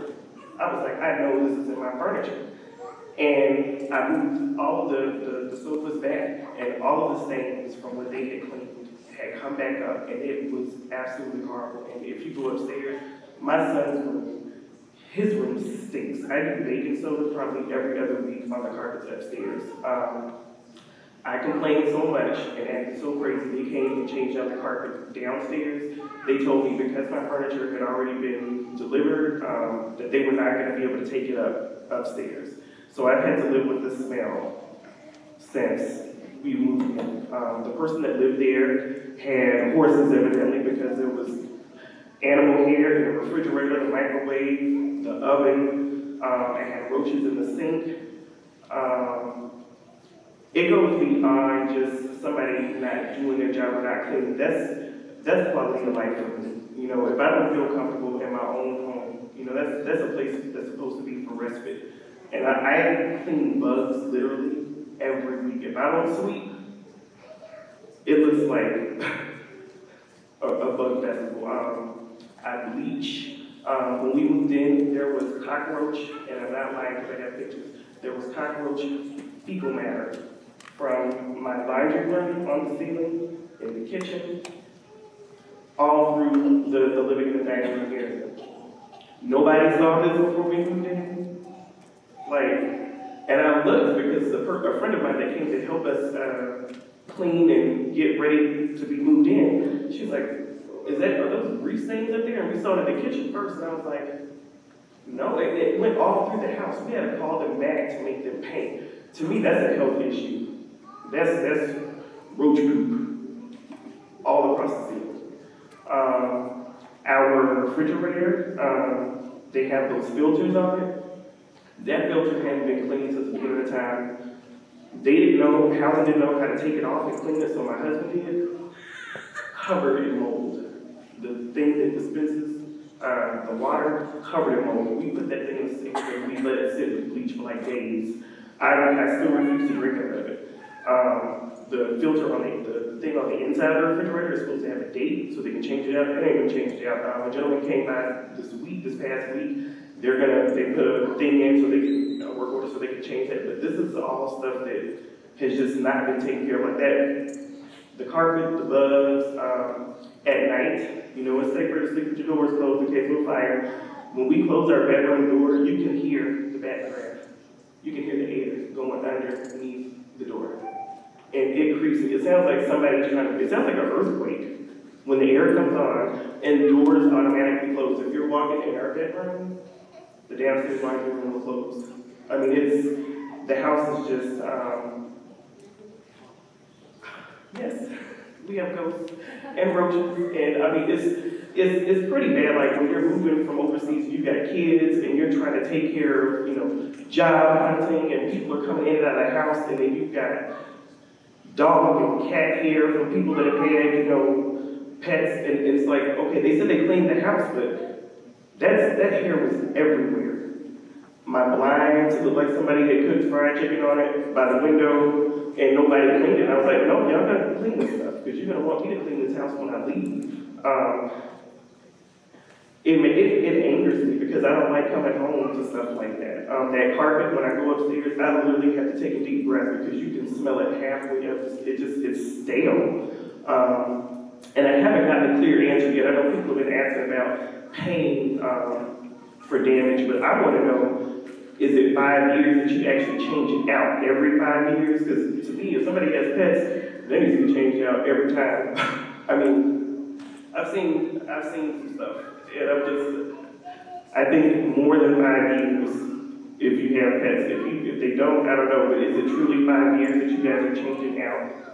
So not necessarily, Not necessarily every 5 years. It depends on the condition of the carpet. Yeah. If the carpet's been in great condition and there's been no damage to the carpet, there's no need for us to replace it. It just depends on the carpet itself. Well, any day you guys want to come spell some feet, 2775, I do. I want to come over and come upstairs. Yeah. It's pretty, like if I don't do it every week with the baking soda and let it sit to try to soak that, it's horrible. I'm sorry you live in those conditions. We've actually worked really hard this past year to improve the quality control on our comms and try to improve both our cleaning services and also our vendors that we work with our comms. But I would like to come out and see your house if you would just stop and give us your name and address, and we'll come out and address those issues that are still remaining. Thank you, sir, please. I just want to start this off with a question. So you said you guys take pictures and stamp the carpets to improve their years, right? We've started that process. That process wasn't always in existence. Okay, how long did you guys start that process? I couldn't tell you exactly. I'd have to go back and look. Well, I have an issue with that because when I moved down my house, my wife was the one who was up here when we were being harassed. When I moved down my house, I challenged that it was older than what you guys were saying. And I asked for proof. Can you guys prove that it is less than 5 years old? They said no. And it just was convenient enough. It was over 4 years old. So I don't understand how that documentation happens. So there's date stamps on the carpets themselves, and we also retain all of the bills for when they've been replaced, which is how we typically go back and look at the age of the carpet. I understand that. And when they pulled up the carpet, I asked the guy, how old is it? He said, I don't know, there's no stamp. So I said, am I going to get charged? Most likely not, because it's not even dated. That's how old it is. But yet I was still charged, and I wasn't prorated for the 4 years. I paid full price for the upstairs, but not the downstairs. But it's the same carpet. And we can go back and look at that. If you give us your information, we can look at your particular situation. My wife was going through earlier, so we're definitely going to wait. Okay, thanks. Ma'am, So we moved here in August of 2018, and this is the worst housing we've ever lived in before.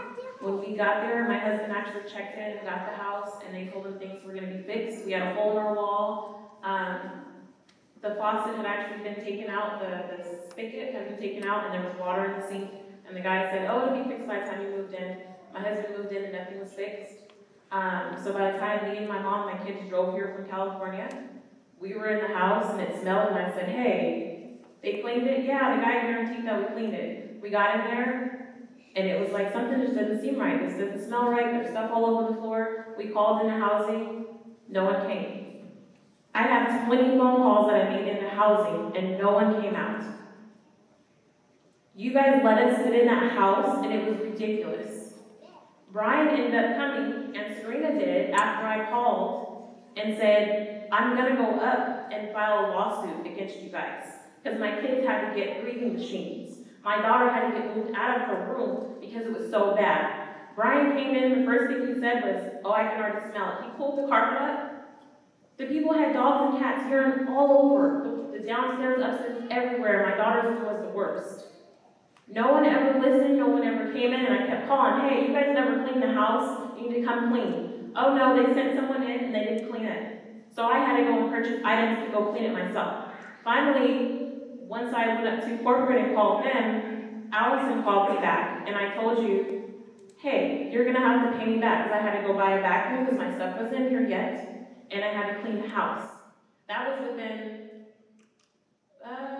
probably the 3rd or 4th month that I was in there that I kept calling, and you told me we don't do that. So I had to spend my own money to get all that stuff. When they came to fix the carpet, it was good, but they had to move all my stuff out. I wanted you guys to replace it when there wasn't any furniture in there, and you refused to do it. No one even came out, no one even cared.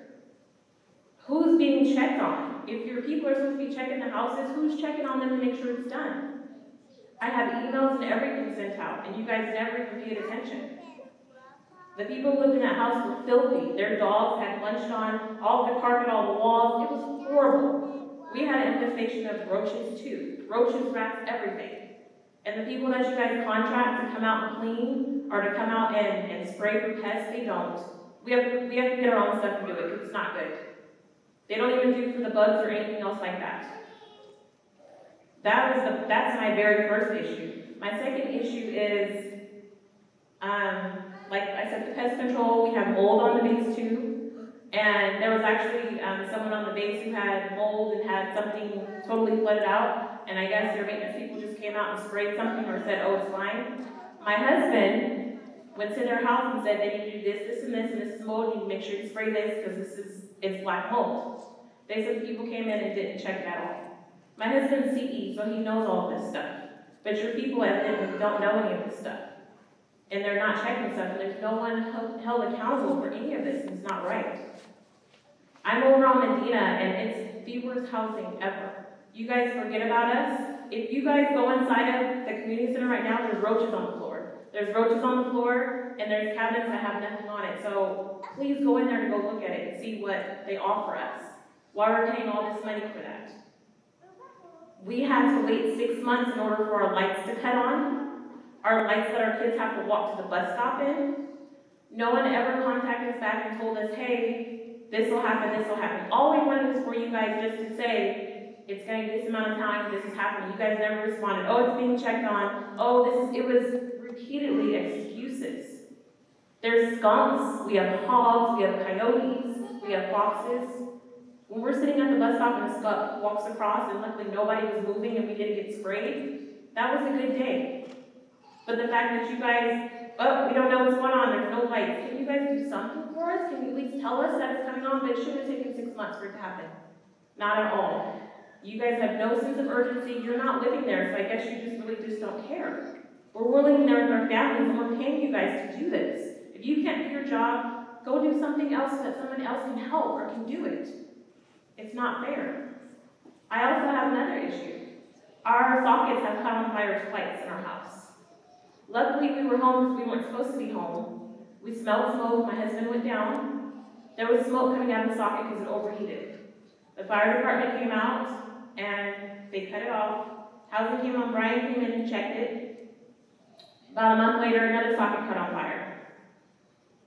Is no one going to come out and check? Nothing? Why would 2 sockets in the house catch on fire? And there's no preventative care, there's nobody coming out to check, there's no nothing. Why is that acceptable? Why are you guys okay with that? Why are you okay with us living like this? We're not telling you this just to complain, we're telling you this because we want to live there, we want to be peaceful. We wouldn't have to complain to you guys if you guys would do your job and do what you're supposed to. Stuff will come up, that's regular. But these type of things, it's not okay.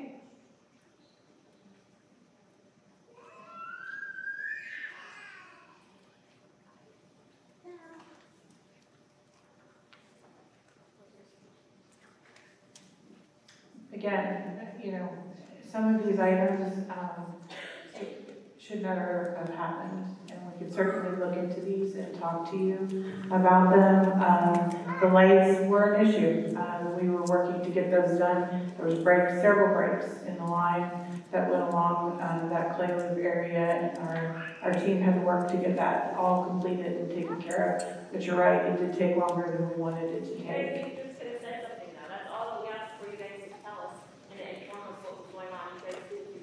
Absolutely, absolutely.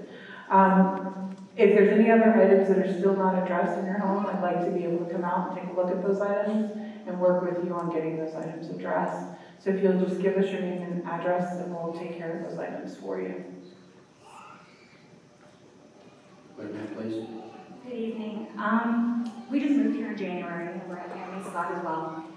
And we have been working with maintenance. I think we've had Brian out and we've had James out. We've been working with the carpet issues and safety issues outside. I guess one of my concerns is communication. Our safety issue outside is the dogs that were there previously dug welts in the ground. I mean, I don't let my kids go in the backyard. It's been a month. I don't let them play outside. They're 9 and 11. not little. But if they trip and fall, they're going face first into the deck.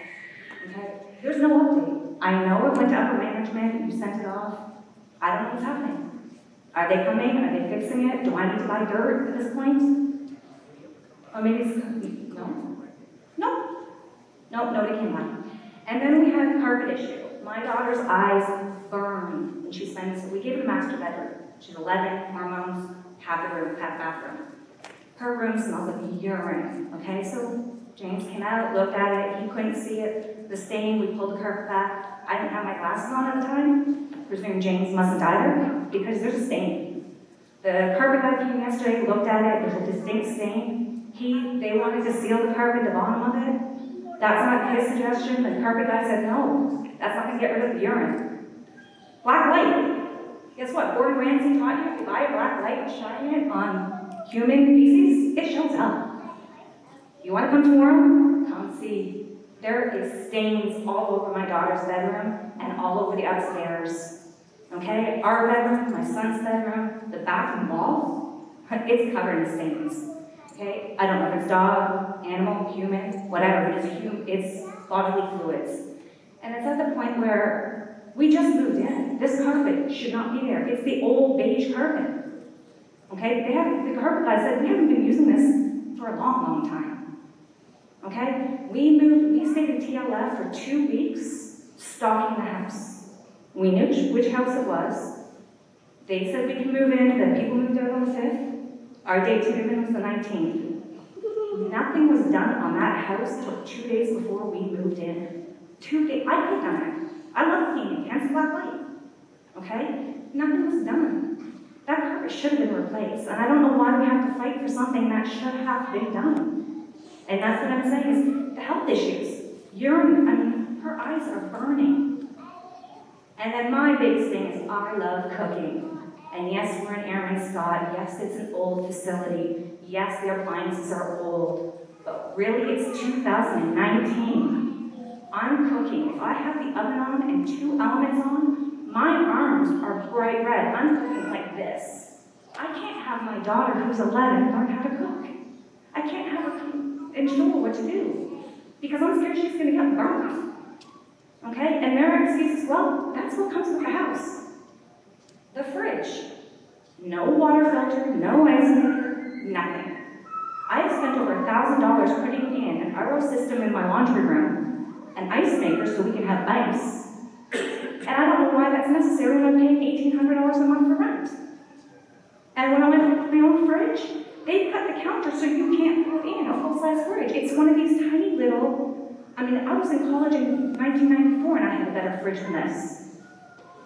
I don't know, would you, Belford, whatever, would you live in these houses and pay $1,800 a month for it?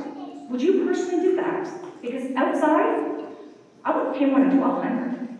For the quality of the appliances, the light fixtures, yeah, it produces light, great, but really? The cabinets, I bought Minwax to finish them, so when my in-laws come, I'm not embarrassed to say this is my house. I'm not 20 anymore, and I don't want to show that I live in a house that is pathetic, really. It's really, really sad. And yes, we're working with maintenance to fix the safety issues. But really, everybody at my husband's work is like, why would you live on base? Why? Yes, school and youth center. That's it. It's embarrassing.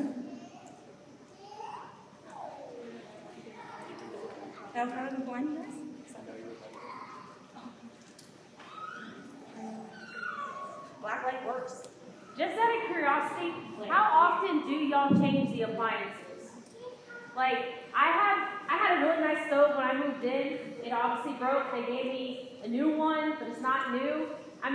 There's no clock on it. There's no timer. There's not even a preheat on it, so when I turn my oven on, I have to guess when it hits that temperature because I don't know. And then it go off with her fridge. My fridge, when you open it, it has like a freezer in the fridge. You open the fridge, the ceiling has been coming up. It's been coming up for 3 years. And you just pull it a little, and you can see mold all the way down it. And I know my fridge is not, it has to be at least 10 years old, maybe even older. And it's so old that we called housing when we first moved in. They literally took Gorilla Glue and glued the top part. to like make the ceiling whole. But they clean the mold out, and by now it's already coming out. But I'm just like, my question is, how often do y'all change the appliances out, like the ovens and the refrigerators? Like I mentioned earlier this evening, is that, as part of sustainment and those sort of things, like when we had that comment about the roofs, we are trying to replace appliances in a systematic way to include HVAC and all those sort of components of a given house. Sometimes that's based on what funding is available, and so the priorities have been roofs, HVAC systems, those sort of things that are immediate needs for the home. Now, I understand the concern about getting appliances all replaced. If it's not operational, it will be replaced. But as far as going into the outer years, is systemically, going through and replacing, kind of putting things into a mini renovation. That's the intent. That's what we'll do across the board. But again, it's financially driven to when we get there. So right now, there's a lot of pretty major priorities that are trying to be addressed. Like I mentioned, roads, that sort of thing too. Hopefully that answers your question. Yes, ma'am, please. I'm in one seat children, so I'm no sure, sorry. But I love it here. I really do. Love the community, love that I to work. My daughter loves to go to school. But just the issues that we do have, I have a foundation issue that I've been living here for a little over a year that it's still not taken care of. And even issues mildew supposed to be in the bathroom that now all of a sudden that these meetings are coming up now, they want to take them, want to call me 3 times a day, oh, we want to be there, we want to do things. And to me, is now all of a sudden you want to step up to the plate and actually do something about it. I have a foundation issue. Brian came over, he's coming over, down, he knows about it. It's been over a year. And every time it's like being swept under the rug that I kind of gave up on it because I don't know what else to do. My daughter has gotten hurt multiple times, tripping over it. And it's like the driveway, you go up the driveway and it's leading towards to the front door. When Miss Kayla was pregnant, she was my neighbor across the street. She actually fell, and she was pregnant. But it didn't seem to matter to nobody that it doesn't matter. But then when you look at somebody else's house or in the officer houses, their foundation is getting fixed, their front steps getting fixed. But for me, it's like the A1C is not getting done. Even the money that that I pay for some of the stuff, it's not worth it. Like I said, I had mildew in the bathroom. Finally, after I had my annual, and I think it was October, November that they came, they took pictures, they knew about it. Finally I said, you know what, let me give them a call and see what they're going to do about it. Ever since this meeting and all these surveys came out, now they're trying to be at my house and trying to do things, but then things are still not getting done. They cleared up the mildew, but the grout and the tub that they were supposed to resurface, oh, that's an outside contract. We don't know when that's going to get done. Still waiting. So to me, I don't want to hear sorry. I don't want to hear, oh, we should have, could have. Is from now forward, is something going to be done? That's what I want to see. Like, something needs to be done to these houses. And like I said, my house is probably not as bad as others, but like I said, I have a foundation issue. And we constantly trip over it. Constantly. So imagine somebody comes to my house and really gets hurt to the point where they got to get, to the hospital. Is that when you're going to fix it? Is that when they're going to come? Now they want to do temporary problems and put some type of rubber or something. Okay, how long is that going to last before it has to be replaced? They put like a wood board. Now the wood board, it's been there so long and so bored that it's actually lifting. So now we're coming out of the house and we're tripping over that. So is that going to get taken care of? And the trees. I've called multiple times and I gave up as an heir. I gave up. I was like, I kind of don't care. I've been looking at houses to move my face because I can't take it anymore. And I feel like for my little money that I do give up, I feel like it's not worth it. It's really not worth it. I could get a way better house and I don't have to need this for it'll go to the harder, but it'll get done. That's all I gotta say.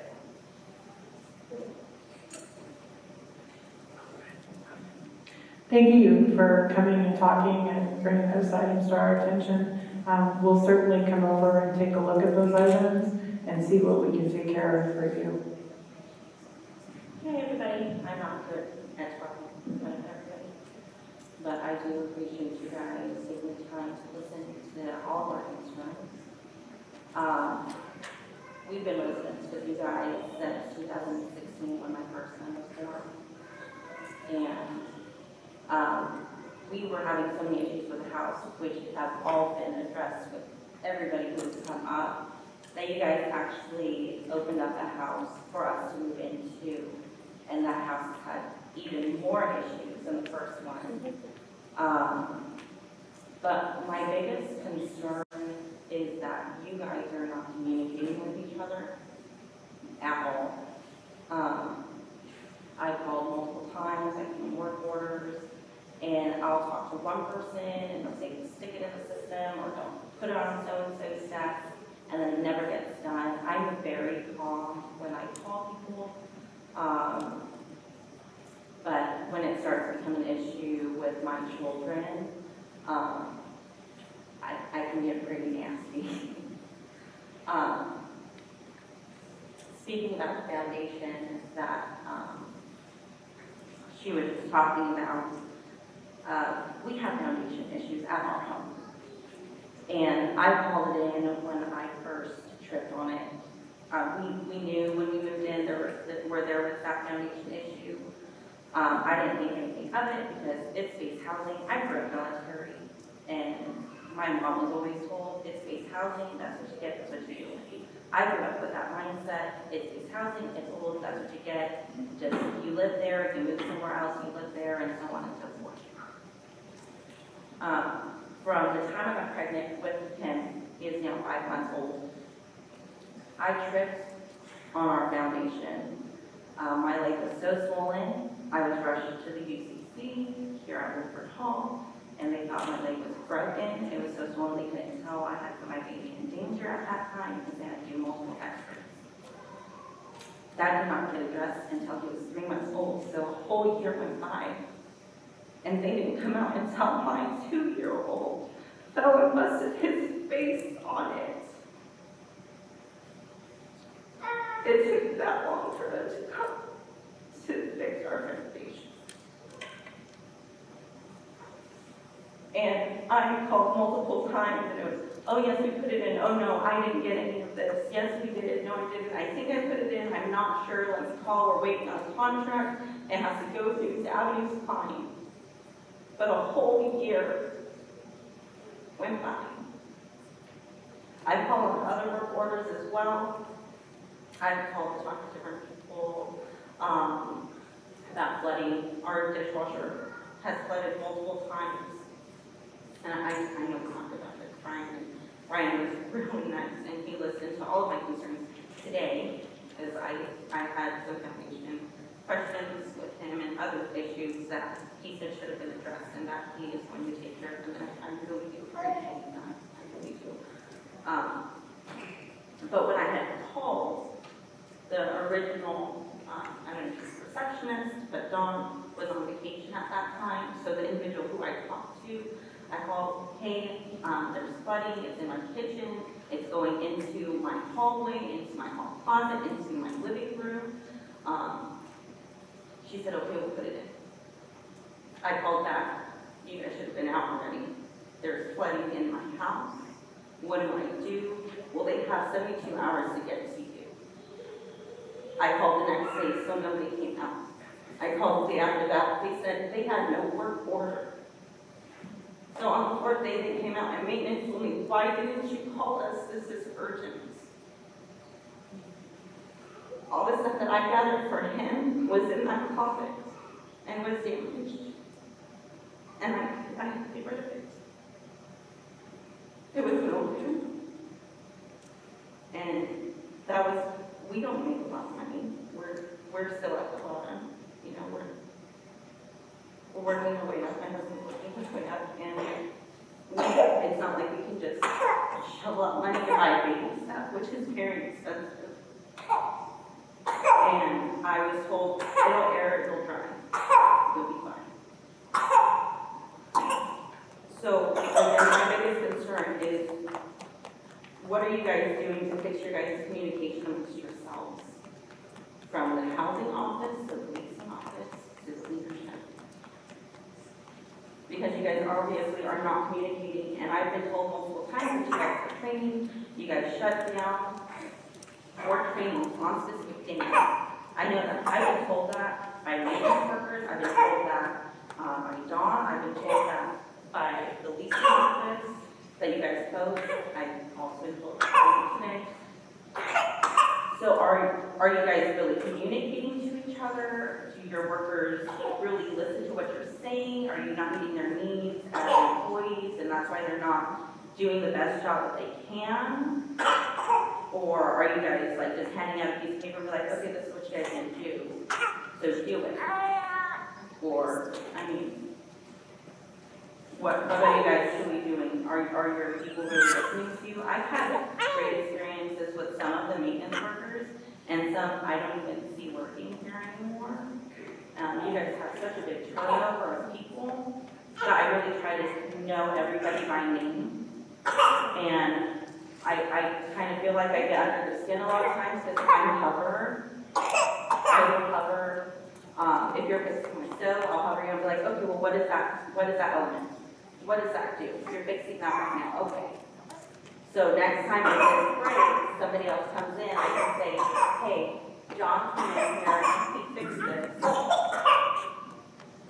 He fixed it and he said this is what the issue was, but now you're telling me it's this. Or you're telling me that John didn't do it the right way and Bob is doing it this way.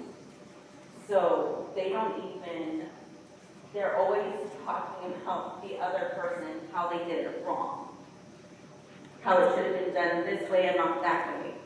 I just found out today that work orders that I had put in that I was told were not able to be done because of the type of house I live on, or live in, on Medina. It's a brick house. I was told that my wall was going to have to be cut out to fix a window. And they were going to fix it. I was told that they would have to cut the wall to fix one of the spigots in the front because it was leaking continuously. And they couldn't find the right stopper to fit it because they're like, it's the actual piping that needs to be fixed. And so I had to have a cap off and had to fight for a cap. A little tiny cap to be put on that. Because we were slipping all the time. It was growing algae in front of my house. So I don't understand how it's difficult to be like, okay, this is what we're allowed to do. You know, this is not something that we can do, so let's find you a different home. When I was having issues in our first home, we had to pay to move to the second home, even though we were having so many issues. And there was a different housing manager at the time, and she's not here. I don't know if JBSA, I don't know if she quit. I don't know. Again, you guys have such a big turnover. I really don't know what goes on in your guys' office. But Allison also said that if we had issues, we could come to your house. I have 2 kids. We have 1 vehicle because that's what we can afford. I can't walk from Medina to your office.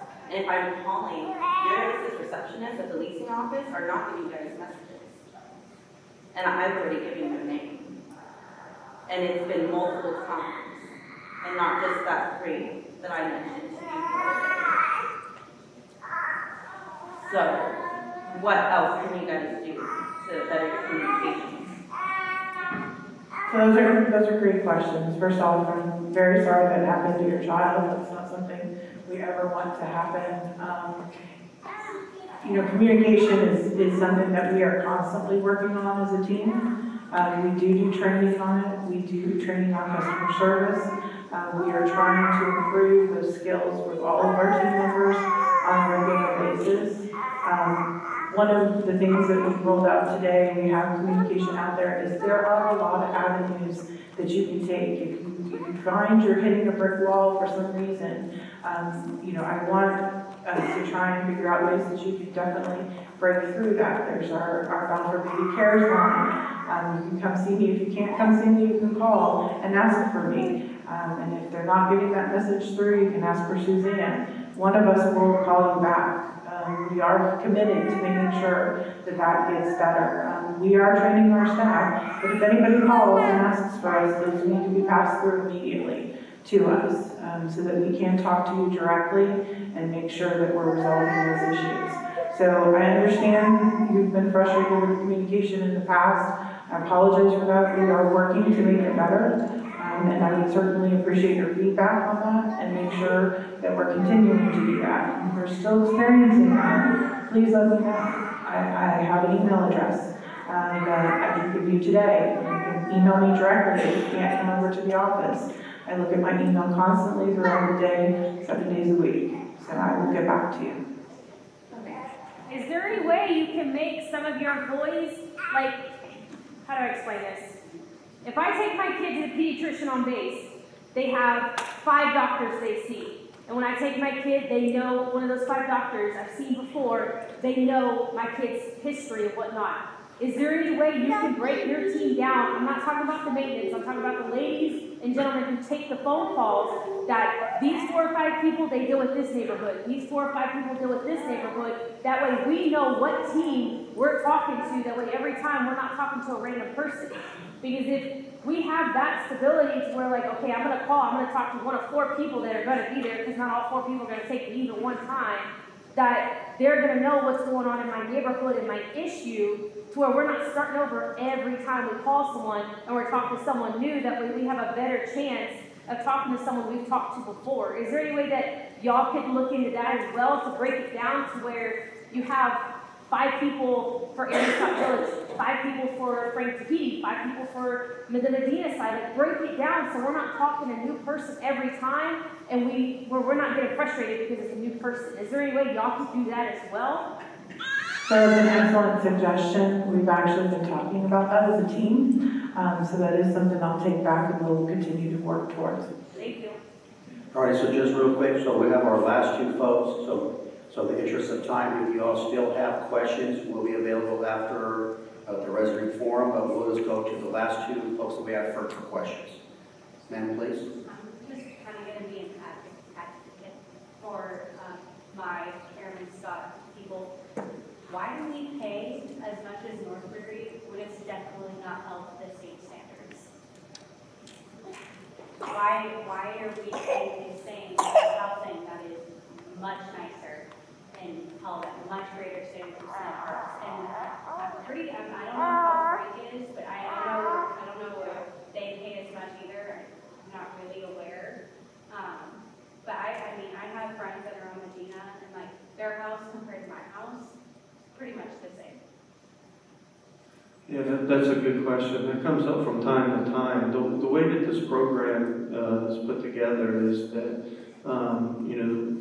by and large, rent equals BAH. That's basically how it's put together. And, same thing with rank structure. It's airmen would pay their BAH, and if you have a staff sergeant living in almost an identical home, they would pay their BAH. That's across the Department of Defense, how that is all put together. In the situations or like, say, Medina at times would be really driven by occupancy, and they go to a market rent situation because occupancy is lower. In that discussion, it's based on what you need to do to increase occupancy. So that's why when you're looking out across particular neighborhoods, sometimes you'll see one that will be maybe less than BAH, and then others are at BAH. So that's the way that fluctuates there.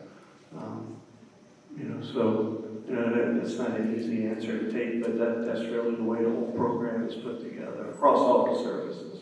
So just to be clear, Medina is cheaper because less people live there? Now, it depends on really what the occupancy rate is in a given neighborhood and what would be supported. But we don't have, in this program, you never charge above what BAH is, so it's capped at whatever people's BAH is. But why is it occupancy and not living standards? Well, I mean, it is if there's an inferior product, that sort of thing, but by and large, it's really driven on, you know, who's living in this particular neighborhood and what the occupancy levels are. I mean, the goal in these is that, you know, rent equals BAH for whoever the resident is. But in some situations, that's not doing it. And it fluctuates, I mean, so it's not nailed in stone. Again, it will fluctuate from base to base as well. All right, thank you. Sir? I wasn't sure that all made a whole lot of sense, but BAH, we're paying rent at our BAH level. And what she just said is something you said. If the Medina housing is not of high quality, then the folks who are living in there should not be paying high quality prices. So I understand the rule about BAH equals rent, but you said it yourself, sub-quality should not be paying the same. And that's what a lot of these folks are saying, specifically about the Medina properties, that they are substandard. So I just wanted to piggyback on that because that explanation didn't really make a whole lot of sense to me, and I don't know if it made sense to others. But to my question, my concerns are other ones. Something that wasn't brought up so far today was related to the playgrounds. So there's a rule for the playgrounds that you're supposed to have 12 inches of soft surface between the play areas. I'm over at North Speed, so it's the Belfour Betty one playground that most of my kids will go to. But I know that the swing set, and believe me, I appreciate you guys having swing sets because they're becoming a obsolete safety hazard across the country apparently. But there's a subsurface of rocks and boulders under there that oftentimes will become exposed, and certainly if a kid falls on one of those, can have a serious head injury. And I know they recently resurfaced that, but it wasn't sufficient enough. It certainly wasn't sufficient to the 12 inches that's required. And I appreciate, I guess about a year ago, that there was an inspection that came through about base housing. And there must have been something about marking the perimeter around the playground, because somebody's really just took a haphazard job of using yellow spray paint that just kind of barely marked the outline. It wasn't very quality. It didn't give a good impression for a military housing community. It didn't give a good impression of Belfour Betty. But that was just an aside, and again, it's one of those inspection preps that all of us in the military are somewhat accustomed to, pretty up things a little bit right before they come, but that was a poor attempt. The other question that you mentioned a couple of times, the sustainment plan, is that in writing, and is it public knowledge? Because I think you talked about transparency a little bit, that folks don't know what's going on, that it might be helpful if that sustainment plan is in writing, and then there's a way that can be then posted at Belfour Betty, I don't use Facebook, but webpage, somewhere where some folks can go and maybe look at what their plan is for their village, or their village, back in England, I guess, their housing section, so that they have some idea of what's going on. And then the other piece is accountability. So a lot of folks have raised concerns and complaints. I know it got down to the specific level. So for me, I'm not necessarily interested in the person's name, but if I were to come back here, or if I want to, hold Belfour Betty accountable, or hold you accountable, ma'am, to some degree, because you're responsible to some degree for the care and feeding of your active duty members of your own base. How do we know if anything was occurred? How do we hold the folks accountable for saying they're going to do what they're going to do? Like the two folks who were concerned about their foundation, terrible stories, especially when you have injuries involved. How do we know that those get rectified? Maybe they will know, or maybe they won't know, or they'll know, but it might not be a good story. And if you have the rest of the population know whether or not that was hammered or not, it puts a little bit more pressure on Balfour Betty's perspective to make sure those are done. So for me, it'd be and asking a way that there's going to say that there's going to be accountability that what happened or what was reported here was addressed and taken care of. Because I do hear a lot of apology, and I empathize with you two folks, because I truly believe in some way that you believe you have processes in place and you believe that things are happening in a certain way. But it sounds like the grassroots, it's not happening that way. So you have a tough job of, again, building processes, but then holding your whole team accountable, and that's a challenge. So I don't necessarily envy that, but that's a huge challenge. And then lastly, in terms of touching on the accountability, ma'am, is there a plan to have another one of these outside of the government process so that we can come back in 3 months and these same people who have bared their soul about their issues will be able to stand up here and say, yes, thank you, Balfour Betty, that was addressed. Sorry, it took a government emergency to get it taken care of. Or, no, they made promises that they didn't keep. Again, part of that accountability, because we can all go away tonight. I'm busy enough that in 2 weeks, many of these concerns, I want to be thankful for what I have, but I don't want to forget about it. But it'll be a shame if it just gets lost for those folks who have had real serious concerns. That's all I have. Thank you very much for your time. Thank you so much, and what a great way to end on accountability. So you're absolutely right. We can't walk away tonight and think it's all going to get better if we don't hold ourselves and especially my command, and I know Balfour Betty's taking it to heart too. So that's my pledge to you. And we talked about this over at one of the other bases. Is let's not wait 15 years for a town hall that brings all of us to the table. So I don't know the timing of the next town hall, but quarterly sounds pretty good, or twice a year, something that we do circle back with each other from the military side especially, and follow up and make that part of our battle with them. Thank you. Thanks, and for follow-up, we'll follow up on the mulch discussion. Good point on the sustainment plans. I mean, you don't know what you don't know, so we can certainly, outline and publish what those priorities are on, kind of what the major efforts are, et cetera. So that's a good point. We'll take that one back. Okay, thank you. All right, thank you all very much, and we appreciate you actually coming forward. I know, don't say that you're bearing your soul. I mean, quite honestly, you are doing that, and that's important. We don't take it lightly. We just have one more slide, and then we'll be concluding here. So just real quick, we want to reassure you. So we're still going through some of the health and wellness visits up until March 1st. That's what's been directed by the SECAF. But even despite that, what we want people to understand and know is, even if you want a wellness visit throughout the year, just contact the base housing office, contact James and his staff, and we will continue to do these. This is, again, another mechanism. We're going back to sort of, to hear about accountability. This is us, that's you holding us accountable, and we can make this happen because we can involve senior leadership at that point. Okay, and also one thing that we're looking at is, what else is, we are going to go back and try to address these, either if it's a Balfour Bay issue or even if it's an Air Force issue.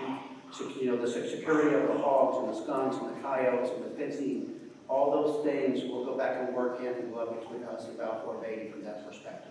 So that's important for us to be able to resolve from that standpoint.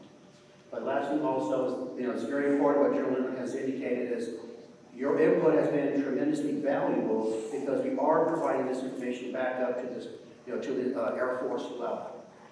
Because they will, at that point, look and see if there is a trend across the Air Force portfolio saying, what are those systemic issues? Even if it's the routine maintenance that doesn't get done, again, it comes to the point of all those little bitty things add up to something that's tremendously larger. So thank you again. I'll turn it over to General Linden.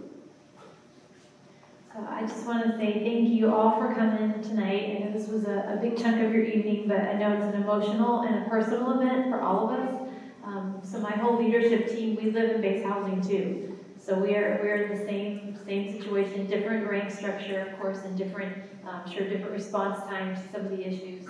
But we're living in the same homes and I grew up in base housing as well. So Scott Air Force Base has 100-year-old homes. We're close to 100 now.